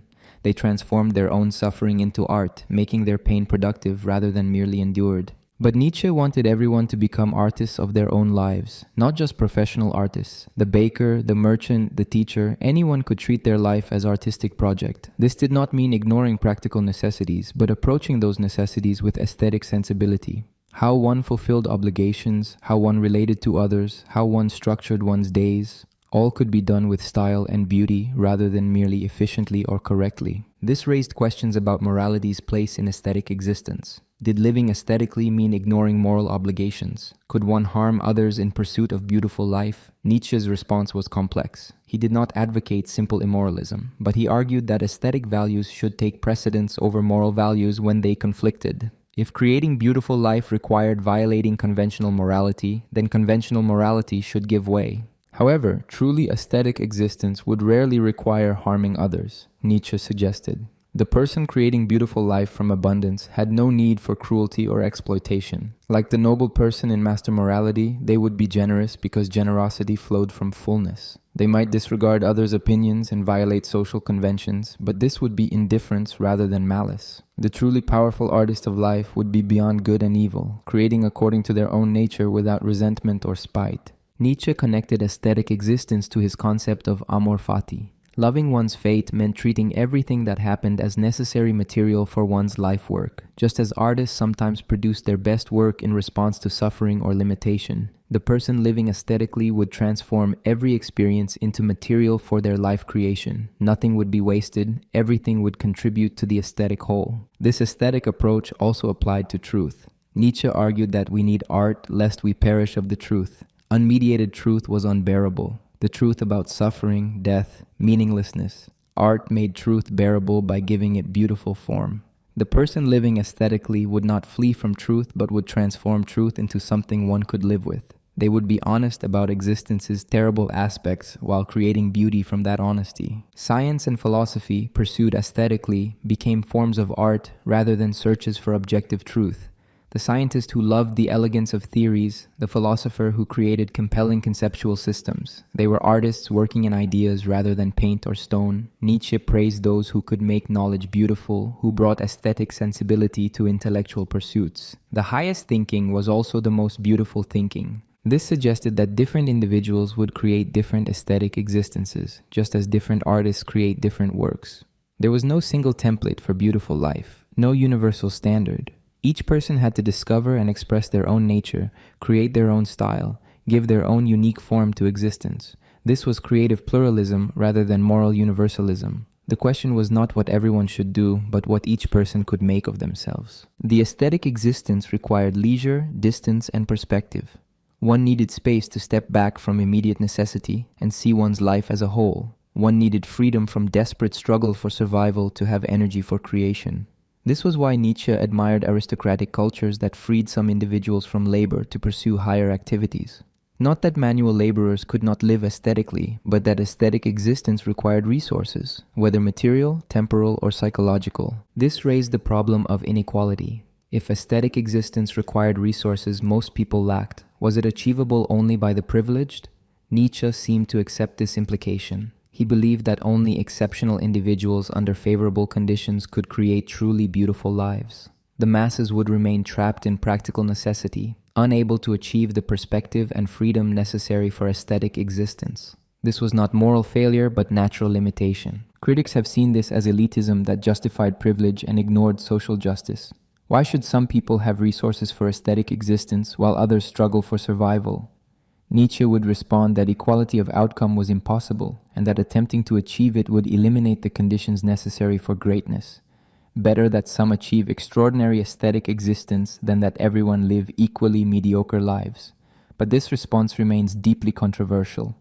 Nietzsche also argued that aesthetic existence required spectators. Art needs audience. The person creating beautiful life needs others who can appreciate that beauty. This was not vanity, but inherent to aesthetic value. Beauty unperceived was incomplete. The aesthetic individual did not seek approval in moral sense, but recognition in aesthetic sense, acknowledgement that they had created something worth perceiving. This spectator requirement complicated the individualistic dimension of aesthetic existence. One could not create beautiful life in complete solitude because beauty required witnesses. Yet one could not create according to others' standards because that would be conformity rather than creation. The balance required finding spectators capable of appreciating one's individual style without demanding conformity to their preferences. The aesthetic justification of existence reached its highest expression in Nietzsche's late formula, "We have art, lest we perish of the truth." This compressed his entire aesthetic philosophy. Truth without art was lethal. Reality without transformation was unbearable. Meaning without creation was impossible. Art, whether formal art or the art of living, made existence worth living by transforming truth into beauty, suffering into form, chaos into created order. This aesthetic approach influenced many 20th century movements. Existentialists adopted the idea of creating oneself as a work of art. Postmodern thinkers embraced the aesthetic over the moral. Artists and writers found inspiration in Nietzsche's vision of life as artistic creation. The concept of aesthetic existence became a recurring theme in modern culture, though often divorced from Nietzsche's deeper philosophical framework. Whether aesthetic existence provides adequate alternative to religious and moral frameworks remains debated. Can purely aesthetic values sustain human community? Can beauty replace truth and goodness as supreme values? Can everyone become artists of their lives or only a privileged few? These questions continue to generate philosophical and cultural controversy, ensuring that Nietzsche's aesthetic vision remains vital and provocative. The herd and the individual breaking free.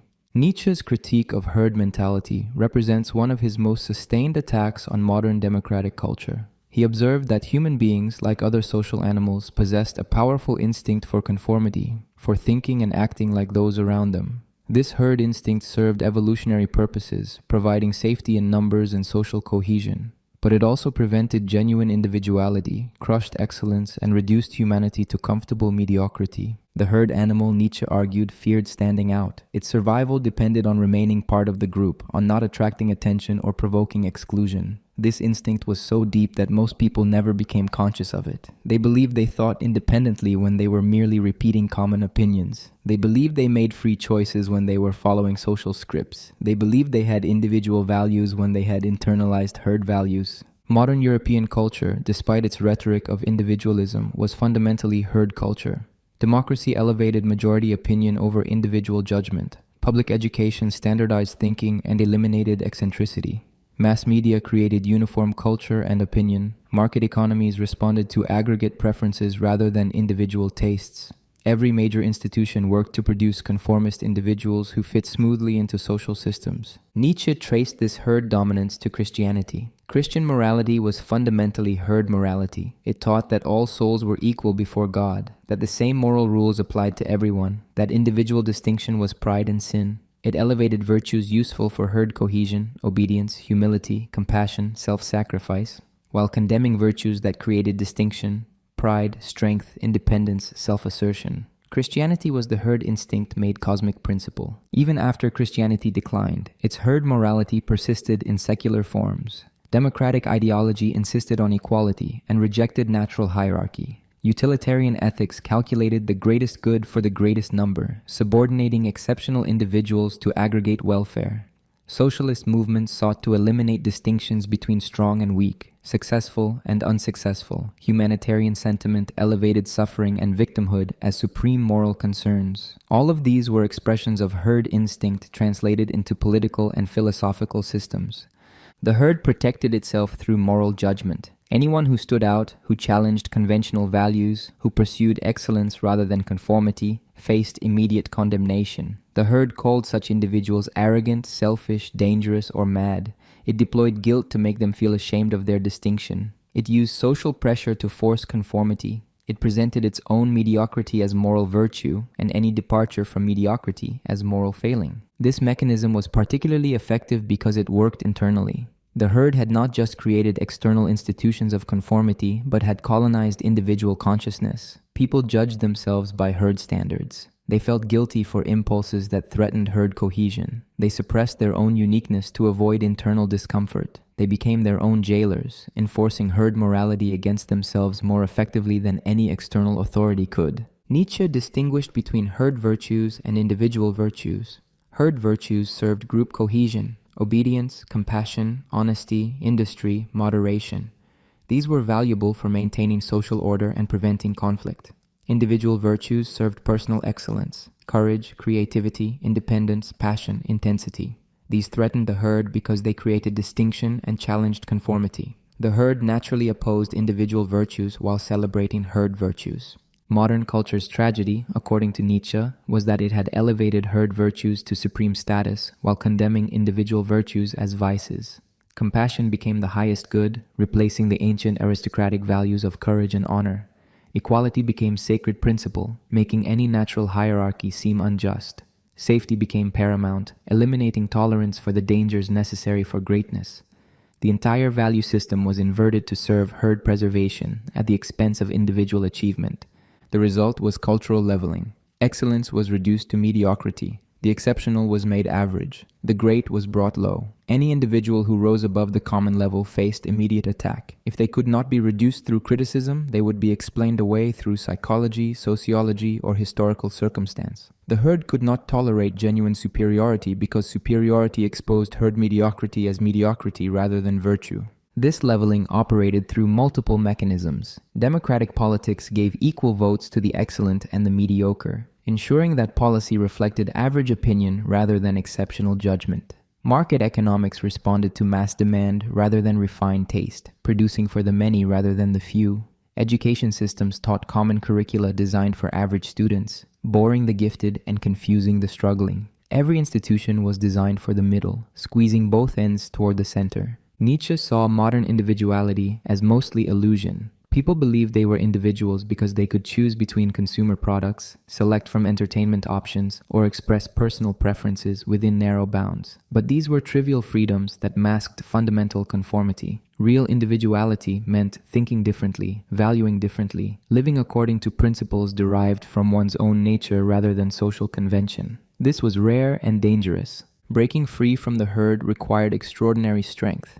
First, one had to recognize herd conditioning, to see how thoroughly one's thinking had been shaped by social pressure and internalized norms. This recognition itself was difficult because the herd had trained people to experience its values as their own authentic beliefs. Second, one had to develop the courage to stand alone, to bear the judgment and exclusion that followed departure from convention. Third, one had to create one's own values from one's own nature, a task requiring tremendous creativity and self-knowledge. Most people never achieved this liberation. They remained herd animals throughout their lives, never suspecting that alternatives existed. They thought themselves free because they could choose between options the herd provided. They thought themselves individuals because they had personal preferences within the range the herd tolerated. They never imagined genuine independence because they had no perspective from which to see their imprisonment. Even those who rebelled often merely substituted one herd for another. The political rebel left the conservative herd for the radical herd. The religious skeptic left the Christian herd for the atheist herd. The social nonconformist adopted bohemian conventions as rigid as bourgeois ones. True independence meant not joining any herd, not deriving one's values from any social group, however unconventional. It meant complete spiritual solitude, at least initially. Nietzsche emphasized that solitude was necessary for breaking free. One could not develop independence while constantly surrounded by others, constantly exposed to their opinions and judgments. Solitude provided the space to hear one's own voice, to discover what one actually thought and valued beneath layers of social conditioning. This was why Zarathustra repeatedly withdrew to his mountain cave. Distance from the herd was essential for seeing it clearly and transcending it. But complete solitude was not the goal. The individual who broke free did not become a hermit, but returned to society transformed. Like Zarathustra descending from his mountain, the free individual brought new perspectives to the herd. They might teach, create art, or simply live in ways that demonstrated alternatives. They remained in the world, but were no longer of it, no longer determined by its values and judgments. The free individual also developed different relationships with others. Instead of herd relationships based on conformity and mutual validation, they formed selective relationships based on mutual recognition of excellence. They sought out other free individuals, rare as they were, and created aristocracies of spirit. These were not hereditary aristocracies based on birth, but achieved aristocracies based on spiritual independence and creative power. Nietzsche's critique of the herd extended to concepts of justice and equality. The herd claimed to value justice, but herd justice meant reducing everyone to the same level. It meant pulling down the excellent rather than elevating the mediocre. It meant punishing those who stood out rather than rewarding achievement. True justice would recognize natural inequality and give each individual according to their rank, but the herd could not tolerate this because it would expose herd members as inferior. Similarly, the herd's commitment to equality was actually expression of envy. The mediocre resented the excellent and sought to eliminate distinction rather than achieve it themselves. They promoted equality not from generosity but from spite, not from love of others but from hatred of superiors. Democratic ideology gave noble expression to this base emotion, transforming envy into principle and resentment into politics. The herd also promoted safety and security as supreme values. It sought to eliminate danger, risk, and suffering. It created welfare systems, safety regulations, and protective institutions. These were valuable for the weak and vulnerable, but they also eliminated conditions necessary for greatness. Excellence required danger, strength developed through struggle, character formed through suffering. By eliminating these, the herd prevented the emergence of higher types. Modern technology amplified herd power. Mass communication spread uniform opinions across vast populations. Entertainment provided constant distraction from serious thought. Social media created new mechanisms for enforcing conformity through instant feedback and public shaming. Surveillance technologies allowed monitoring of deviation. The herd acquired tools for control that previous generations could never have imagined. Yet Nietzsche remained cautiously optimistic that individuals could still break free. The very intensity of herd pressure might provoke reactions. Some individuals, strong enough and alienated enough, might recognize their imprisonment and fight for liberation. Modernity created new opportunities as well as new dangers. The death of God, the crisis of values, the recognition of cultural contingency, these created openings for radical independence that had not existed in more stable traditional societies. The relationship between individual and herd would remain eternally antagonistic. The herd needed conformity for cohesion. The individual needed independence for excellence. These requirements could not be reconciled. Society would always pressure individuals to conform. Individuals seeking greatness would always threaten social stability. The question was whether culture would be dominated by herd preservation or would create space for exceptional individuals to flourish. Nietzsche clearly favored the latter. He believed that culture's value should be measured by the great individuals it produced, not by the average welfare it provided. A culture that produced one Goethe was more valuable than one that made millions comfortable but stifled all exceptional achievement. This was frankly elitist, frankly anti-democratic, frankly opposed to dominant modern values. But Nietzsche believed that honesty required acknowledging this antagonism rather than pretending that excellence and equality could be reconciled. The path forward, for those few capable of walking it, meant conscious rejection of herd values and deliberate cultivation of individual excellence. It meant accepting loneliness, judgment, and misunderstanding as prices of independence. It meant developing sufficient strength to legislate for oneself without external support. It meant creating beauty, truth, and meaning according to one's own nature rather than social convention. This was the life of the free spirit, the higher individual, the one who broke free from the herd and became fully human. Women, friendship, and solitude in Nietzsche. Nietzsche's personal relationships and his philosophical reflections on them reveal complex, often contradictory attitudes. His life was marked by profound isolation, occasional intense friendships, and troubled encounters with women. These experiences shaped his thinking about human connection, gender, solitude, and the possibility of genuine relationships in a world dominated by herd mentality and conventional morality. Nietzsche's relationship with women was characterized by admiration, fear, and misunderstanding. He never married, though he proposed at least twice and desired intimate companionship. His most significant romantic encounter was with Lou Salome in 1882. Lou was a brilliant young Russian woman who would later become a pioneering psychoanalyst and writer. Nietzsche fell deeply in love with her, seeing in her a rare intellectual equal, someone who could understand his philosophy and share his unconventional life. The relationship, however, was catastrophic. Lou rejected Nietzsche's marriage proposals, was simultaneously involved with Nietzsche's friend Paul Rie, and the entire triangle collapsed into bitterness and recrimination. Nietzsche's sister Elizabeth, who despised Lou, made the situation worse through interference and manipulation. The breakup devastated Nietzsche. He retreated into deeper isolation, and his subsequent writings sometimes showed bitterness toward women that many readers find troubling. Nietzsche's published statements about women are varied and often contradictory. Some passages express straightforward misogyny. "You are going to women? Do not forget the whip." Other passages show admiration for feminine qualities and critique masculine crudeness.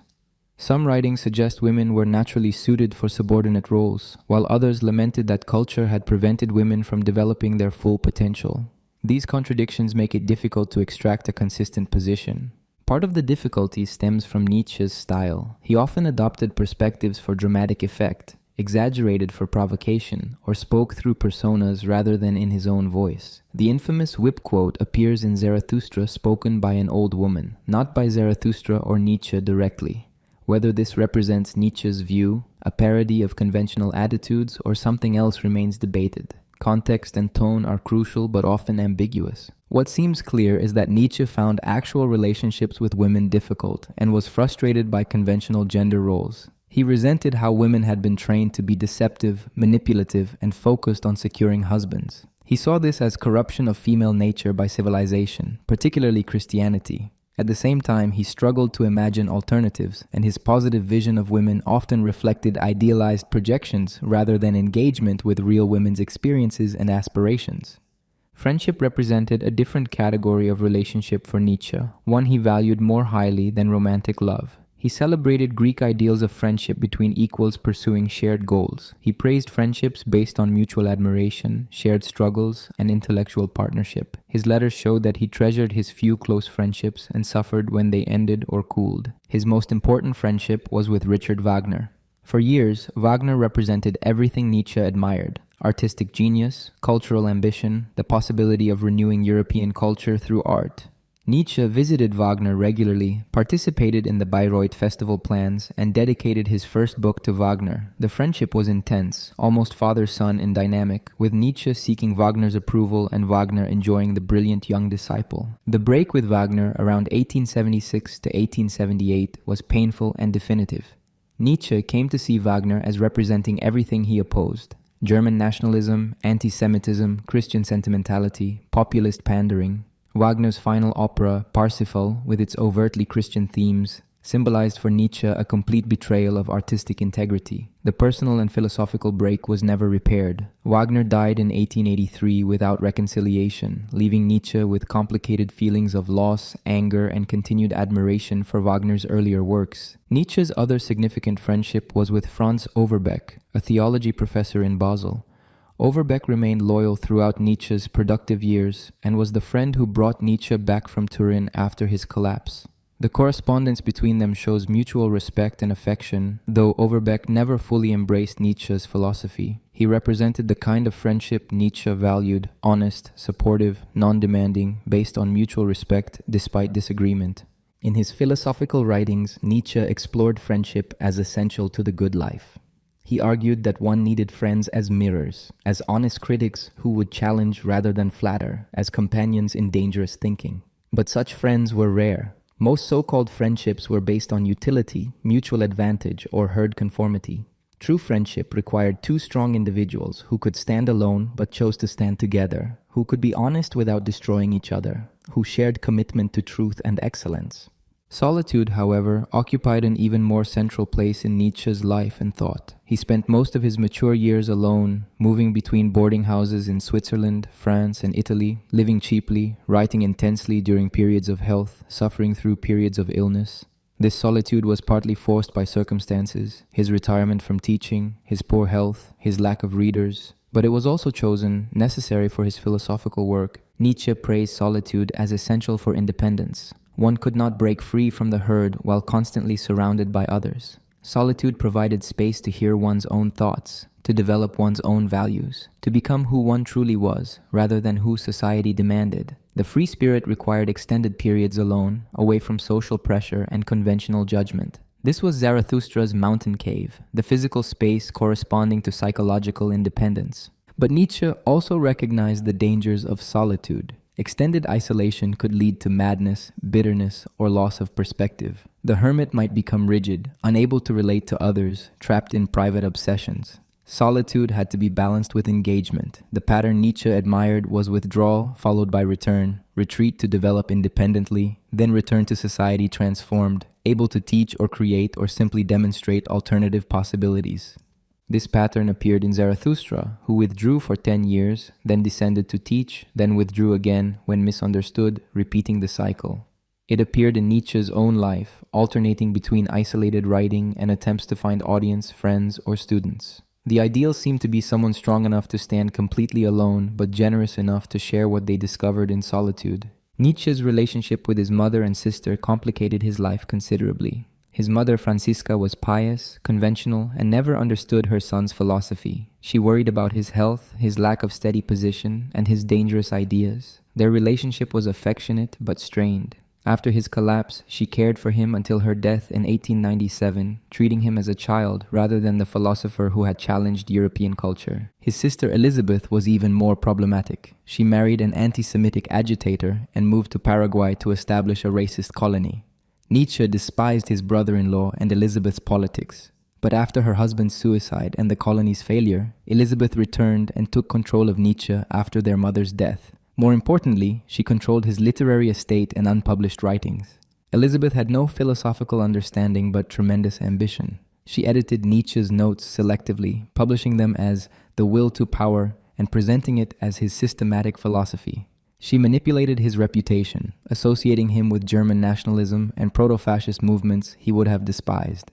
She welcomed Nazi interest in his work and allowed Hitler to visit the Nietzsche archive. Her distortions poisoned Nietzsche's reception for decades. The tragic irony was complete. A philosopher who opposed anti-Semitism, nationalism, and mass movements was claimed by Nazis through his sister's manipulations. A thinker who valued independence and solitude spent his final years a helpless invalid dependent on relatives. a man who sought genuine friendships and honest relationships, lived mostly alone and misunderstood. These biographical facts raise questions about the relationship between philosophy and life, between ideas and their institutional reception.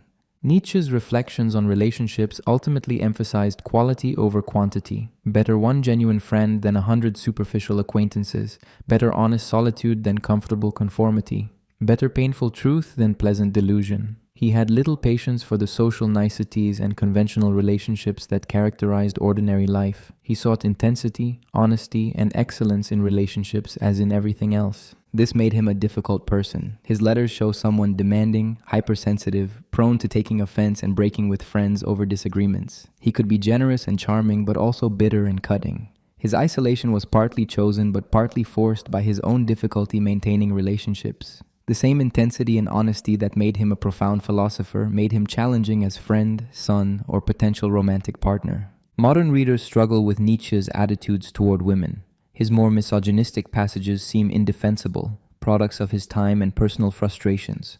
Yet some feminist philosophers have found resources in his thought for challenging conventional gender roles and affirming female power. The tension between these readings reflects genuine ambiguity in Nietzsche's work and life. He both challenged and exemplified his culture's limitations regarding gender. What remains clear is that Nietzsche experienced profound loneliness and longed for understanding companionship he rarely found. His philosophy celebrated independence and solitude partly because these were what he had, what he learned to value from necessity. But his letters reveal someone who desperately wanted readers, who hoped for recognition, who treasured genuine connection when he found it. The prophet of solitude was also profoundly human, needing what most humans need, to be understood, appreciated, and loved. The Nazi distortion: how philosophy was twisted into propaganda. The appropriation of Nietzsche's philosophy by the Nazi regime represents one of the most tragic distortions in intellectual history. A thinker who opposed nationalism, despised anti-Semitism, and mocked German culture was transformed into a prophet of Aryan supremacy and totalitarian violence.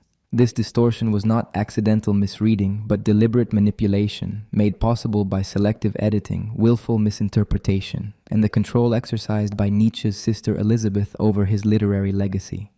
Elizabeth Forster Nietzsche played the central role in this catastrophe. After her brother's mental collapse in 1889, she took control of his care and his unpublished writings. She had married Bernhard Forster, a prominent anti-Semite and proto-Nazi ideologue. Together, they had attempted to establish a pure German colony called Nueva Germania in Paraguay, based on racist principles Nietzsche explicitly rejected. When the colony failed and Forster committed suicide, Elizabeth returned to Germany and reinvented herself as guardian of her famous brother's legacy. Elizabeth had no philosophical training and little understanding of Nietzsche's thought, but she had considerable ambition and political instinct. She recognized that his ideas could be repackaged to appeal to the growing nationalist and racist movements in Germany. She established the Nietzsche archive in Weimar, controlled access to unpublished materials, and began publishing selectively edited collections that distorted her brother's meaning. Most notoriously, she compiled fragments from Nietzsche's notebooks into a book called The Will to Power, presenting it as his systematic magnum opus.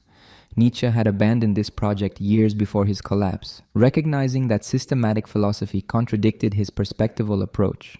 But Elizabeth arranged fragmentary notes into what appeared to be a coherent work, editing out passages that contradicted her nationalist interpretation and emphasizing those that could be read as supporting hierarchical politics and power worship. The concept of the Übermensch proved easiest to distort. Nietzsche had described the Übermensch as an individual achievement, someone who created values after the death of God through spiritual self-overcoming. This was a psychological and philosophical concept, not a biological or racial one. But Elizabeth and later Nazi ideologues transformed it into a racial ideal. The Übermensch became the Aryan Superman, biologically superior, destined to dominate inferior races. This racial interpretation violated everything Nietzsche actually believed. He despised racial thinking and German nationalism. His notebooks contain numerous passages mocking German racial pride.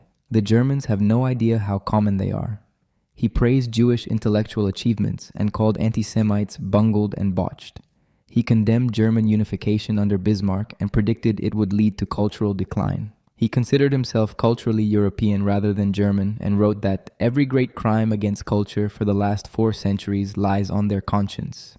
Nietzsche's concept of master morality was similarly distorted. He had described master morality as the value system of ancient aristocracies who felt themselves to be the center of value. This was a historical and psychological analysis, not a political program. Master morality represented a way of creating values from strength and abundance rather than weakness and resentment. It was not about one nation or race dominating others, but about individuals overcoming slave morality's life-denying values. The Nazis transformed this into justification for brutal domination. Master morality became the right of the strong to oppress the weak, of Aryans to enslave or exterminate inferior peoples, of Germany to conquer Europe. This completely missed Nietzsche's distinction between physical power and spiritual strength. He had explicitly stated that the highest will to power was self-overcoming, not domination of others. The person who conquered nations but could not control their own passions demonstrated less power than the person who achieved self-mastery.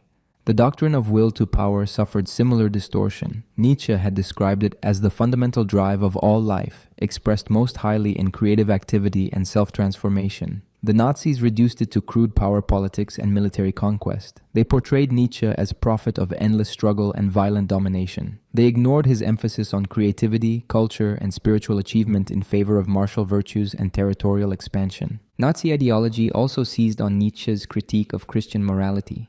He had attacked Christianity for promoting weakness, guilt, and resentment. The Nazis presented this as permission to abandon moral constraints entirely. They portrayed themselves as beyond good and evil in the crudest sense, entitled to commit any atrocity in pursuit of racial destiny. This ignored that Nietzsche's critique of Christian morality was meant to clear ground for higher morality based on life affirmation, not to eliminate morality entirely. The tragic irony was that Nietzsche's actual views aligned more closely with Nazi victims than Nazi perpetrators. His admiration for Jewish intellectual achievements, his cosmopolitanism, his opposition to nationalism and mass movements, his individualism, all of these would have made him an enemy of Nazism. Indeed, during the Nazi period, some Jewish intellectuals like Walter Kaufmann recognized this and worked to rescue Nietzsche from Nazi distortion. But during the regime itself, the distorted Nietzsche became part of official ideology. Elizabeth actively promoted this Nazi appropriation. She welcomed Hitler to the Nietzsche archive in 1934. Photographs show the Führer gazing thoughtfully at a bust of Nietzsche while Elizabeth looks on approvingly. She presented Nietzsche's walking stick to Hitler as a symbolic gift. She gave speeches associating her brother with Nazi ideology. She lived comfortably during the regime, lionized as guardian of a philosophical tradition that supposedly validated Nazi crimes. The consequences were catastrophic. Nietzsche's philosophy became associated with fascism, totalitarianism, and genocide. After World War II, many intellectuals dismissed his work as proto-Nazi or inherently dangerous. Even those who recognized the distortion faced difficulty rehabilitating a thinker whose name had become synonymous with Nazi ideology. The appropriation poisoned Nietzsche's reception for generations. The distortion was enabled by several features of Nietzsche's writing. His aphoristic style allowed selective quotation out of context. His deliberate provocations could be read literally rather than ironically. His attacks on democracy and equality could be interpreted as supporting authoritarian hierarchy. His celebration of strength and power could be reduced to might makes right. His rejection of universal morality could be seen as moral nihilism permitting anything. But these readings required ignoring vast portions of his work, missing his irony and context, and fundamentally misunderstanding his philosophical project. Nietzsche was not prescribing political programs but diagnosing cultural conditions. He was not advocating policies but questioning values. He was not building an ideology but undermining ideological thinking. The systematic philosophy the Nazis extracted from his work violated his entire approach to philosophy. The Nazi distortion also required ignoring Nietzsche's explicit political statements. He wrote to his sister condemning her husband's anti-Semitism, "Your association with an anti-Semitic chief expresses a foreignness to my whole way of life which fills me ever again with ire or melancholy. It is a matter of honor with me to be absolutely clean and unequivocal in relation to anti-Semitism, namely opposed, as I am in my writings." Such passages were suppressed or explained away by those controlling his legacy. Similarly, Nietzsche's internationalism contradicted nationalism entirely. He wrote about being a good European, about overcoming national divisions, about the need for cultural mixture and exchange. He praised French and Italian culture while mocking German provincialism. He celebrated Jewish contributions to European civilization. He envisioned a cosmopolitan cultural elite transcending national boundaries. None of this supported Nazi blood and soil nationalism. The rehabilitation of Nietzsche after World War II was slow and difficult. Walter Kaufmann's translations and interpretations in the 1950s and 1960s were crucial for English-speaking audiences. French philosophers like Gilles Deleuze and Michel Foucault developed interpretations emphasizing Nietzsche's critique of power and truth rather than his supposed celebration of domination. Gradually, scholarship established that the Nazi Nietzsche was a fabrication. But the damage persisted. Even today, Nietzsche's name carries associations with fascism for many people. White supremacists and far-right movements still attempt to claim him, despite his explicit rejection of their ideologies. The far-right appropriation continues, requiring constant scholarly correction. The distortion begun by Elizabeth and completed by the Nazis remains an ongoing problem in Nietzsche's reception. This history raises important questions about philosophical responsibility. Can philosophers be held accountable for distortions of their work? Should they write more carefully to prevent misappropriation? Or is misuse inevitable for any powerful ideas? Nietzsche himself might have argued that strong ideas will always be distorted by weak interpreters, that attempting to prevent misreading by making everything explicit would eliminate the depth and provocation that make philosophy valuable. The Nazi distortion also demonstrates the political consequences of controlling intellectual legacies. Elizabeth's power over Nietzsche's unpublished works allowed her to shape his reception decisively. Had different editors controlled his papers, had he not suffered mental collapse and remained able to oversee publication, had Elizabeth been honest rather than manipulative, the entire trajectory of his influence might have been different. The material circumstances of intellectual production matter enormously. The millions who died under Nazi ideology represent the ultimate stakes of philosophical distortion. Ideas abstracted from texts gained terrible material force when implemented as policy. The Übermensch became justification for euthanasia programs. Will to power became justification for conquest and enslavement. Beyond good and evil became justification for genocide. Philosophy that was meant to liberate individuals from slave morality was twisted into ideology that enslaved and murdered millions.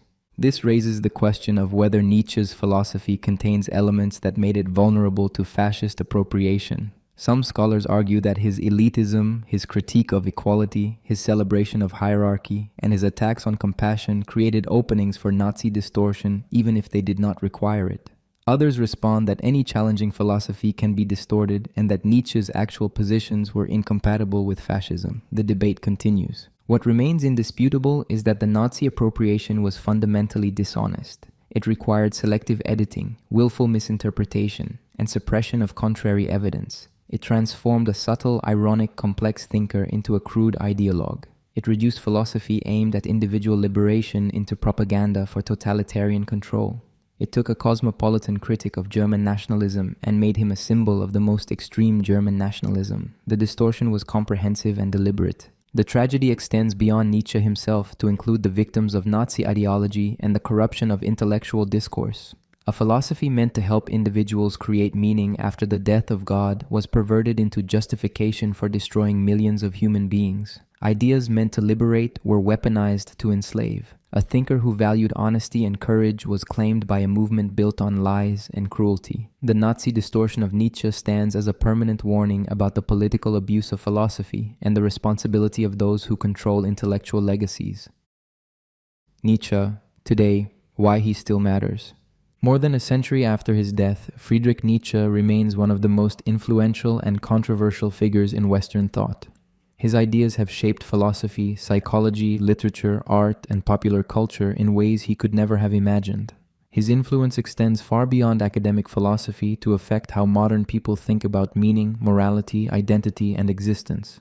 Understanding why Nietzsche still matters requires examining both his specific contributions and his broader cultural impact. Nietzsche's diagnosis of nihilism proved remarkably prescient. He predicted that the death of God would create a crisis of meaning that would dominate modern culture. This prediction came true. The 20th and 21st centuries have struggled with precisely the problems Nietzsche identified: the difficulty of grounding values without transcendent authority, the experience of meaninglessness in secular societies, the temptation of compensatory ideologies promising restored significance. His analysis of nihilism remains the starting point for understanding modern existential anxiety. His critique of morality continues to challenge conventional thinking. Nietzsche's genealogical approach, which traces moral concepts to their historical origins and reveals their contingency, fundamentally changed how philosophers approach ethics.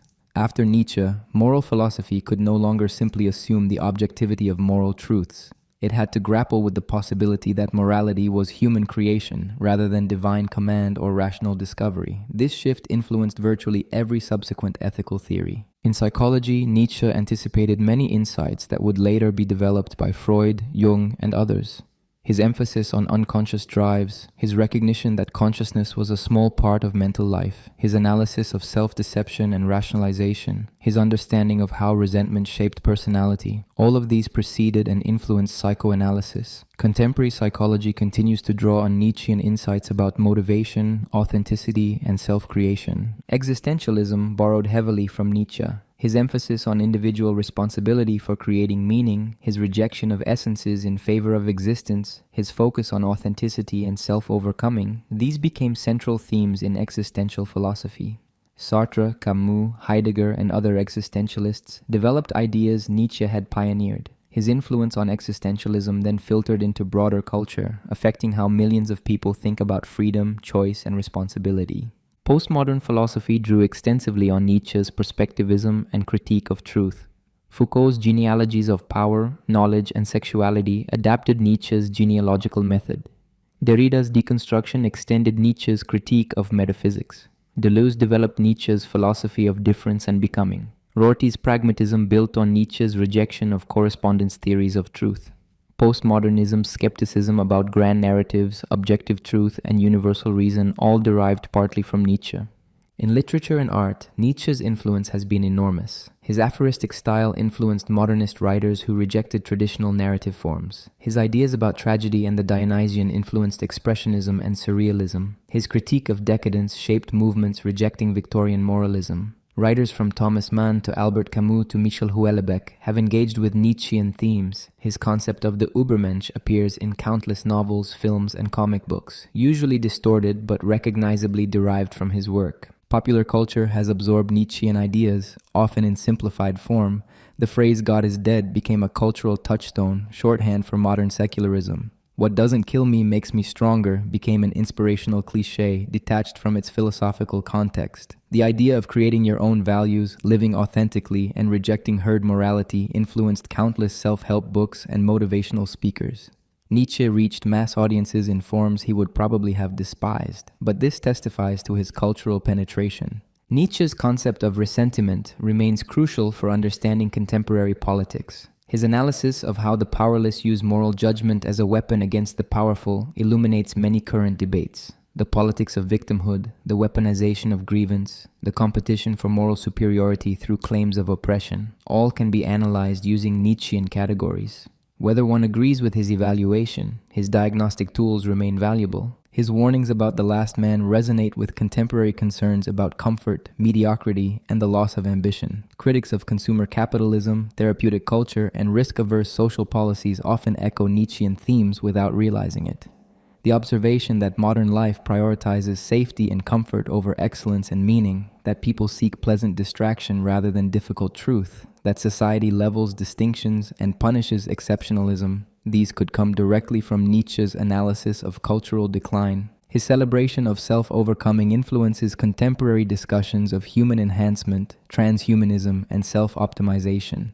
The idea that humanity is something to be overcome, that we should consciously direct our own evolution, that we can and should transcend current limitations. These resonate with technological movements seeking to enhance human capacities. Whether through genetic engineering, artificial intelligence, or cognitive enhancement, the project of transcending merely human limitations reflects Nietzschean ambitions, though in forms Nietzsche could not have anticipated. Nietzsche's aesthetic justification of existence appeals to those dissatisfied with utilitarian and moral frameworks. The idea that life should be evaluated as art rather than by moral standards, that beauty and intensity matter more than comfort and security, that existence can be justified through creative achievement. These remain attractive alternatives to dominant value systems. They influence how people think about careers, relationships, and life priorities. His individualism resonates in cultures emphasizing personal autonomy and self-creation. The valorization of authenticity, the suspicion of social conformity, the celebration of unique individual expression, all have Nietzschean resonances. While Nietzsche would likely despise much contemporary individualism as shallow narcissism, his emphasis on becoming who you are influences how people think about identity and self-realization. However, Nietzsche's influence has not been uniformly positive or accurate. His ideas remain vulnerable to distortion and appropriation. Far-right movements continue attempting to claim him despite his opposition to their ideologies. Corporate motivational speakers reduce his philosophy to platitudes about winning and success. Self-help gurus present simplified versions of his ideas stripped of their difficulty and danger. These popularizations often betray his thought while invoking his authority. Contemporary scholarship continues debating fundamental questions about Nietzsche's philosophy. Was he a systematic thinker or a deliberate anti-systematizer? Did he have consistent positions or did he experiment with perspectives? Was his philosophy primarily critical or constructive? Should he be read as a moral nihilist or as proposing new foundations for ethics? These debates ensure that Nietzsche remains a living philosophical presence rather than a historical monument. Feminist philosophy has a complicated relationship with Nietzsche. His misogynistic passages offend and cannot be defended. Yet some feminist thinkers find resources in his critique of gender essentialism, his attack on conventional morality, and his emphasis on power and self-creation.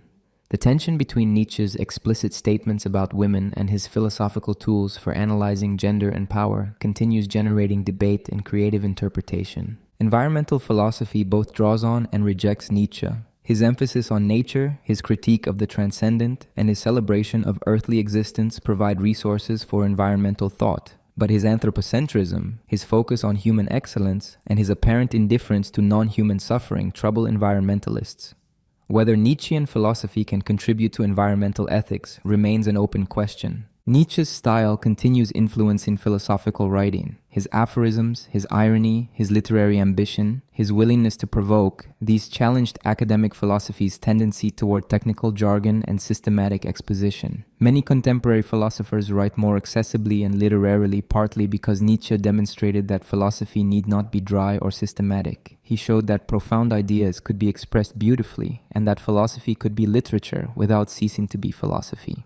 His influence on religious thought has been paradoxical. The prophet of God's death influenced death of God theology and continues affecting how religious thinkers conceptualize faith in secular age. His critique of Christianity forced theologians to reconsider the relationship between faith and morality, between religion and power, between authentic spirituality and institutional religion. Even those who reject his atheism must engage with his critique. What makes Nietzsche enduringly relevant is that he addressed problems that remain unsolved. How do we create meaning in a secular age? How do we ground values without transcendent authority? How do we balance individual excellence with social cohesion? How do we face suffering and death without religious consolation? How do we pursue truth while recognizing knowledge's perspectival nature? These questions have not been answered, and Nietzsche's wrestlings with them remain valuable starting points. His personal example also matters. Nietzsche lived his philosophy, suffering isolation and illness while producing transformative work. He demonstrated that intellectual integrity could cost everything but was worth the price.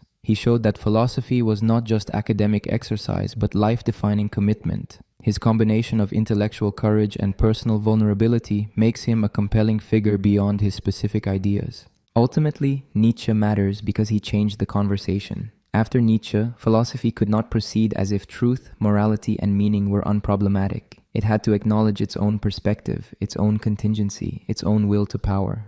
He forced uncomfortable questions that cannot be ignored even by those who reject his answers. He remains necessary reading not because he was right about everything, but because he asked the right questions and pursued them with uncompromising honesty and brilliant insight. His voice, distinctive and challenging, continues demanding that we think more deeply, live more honestly, and question what we assume. In an age of comfortable conformity and easy answers, that voice remains as necessary as ever.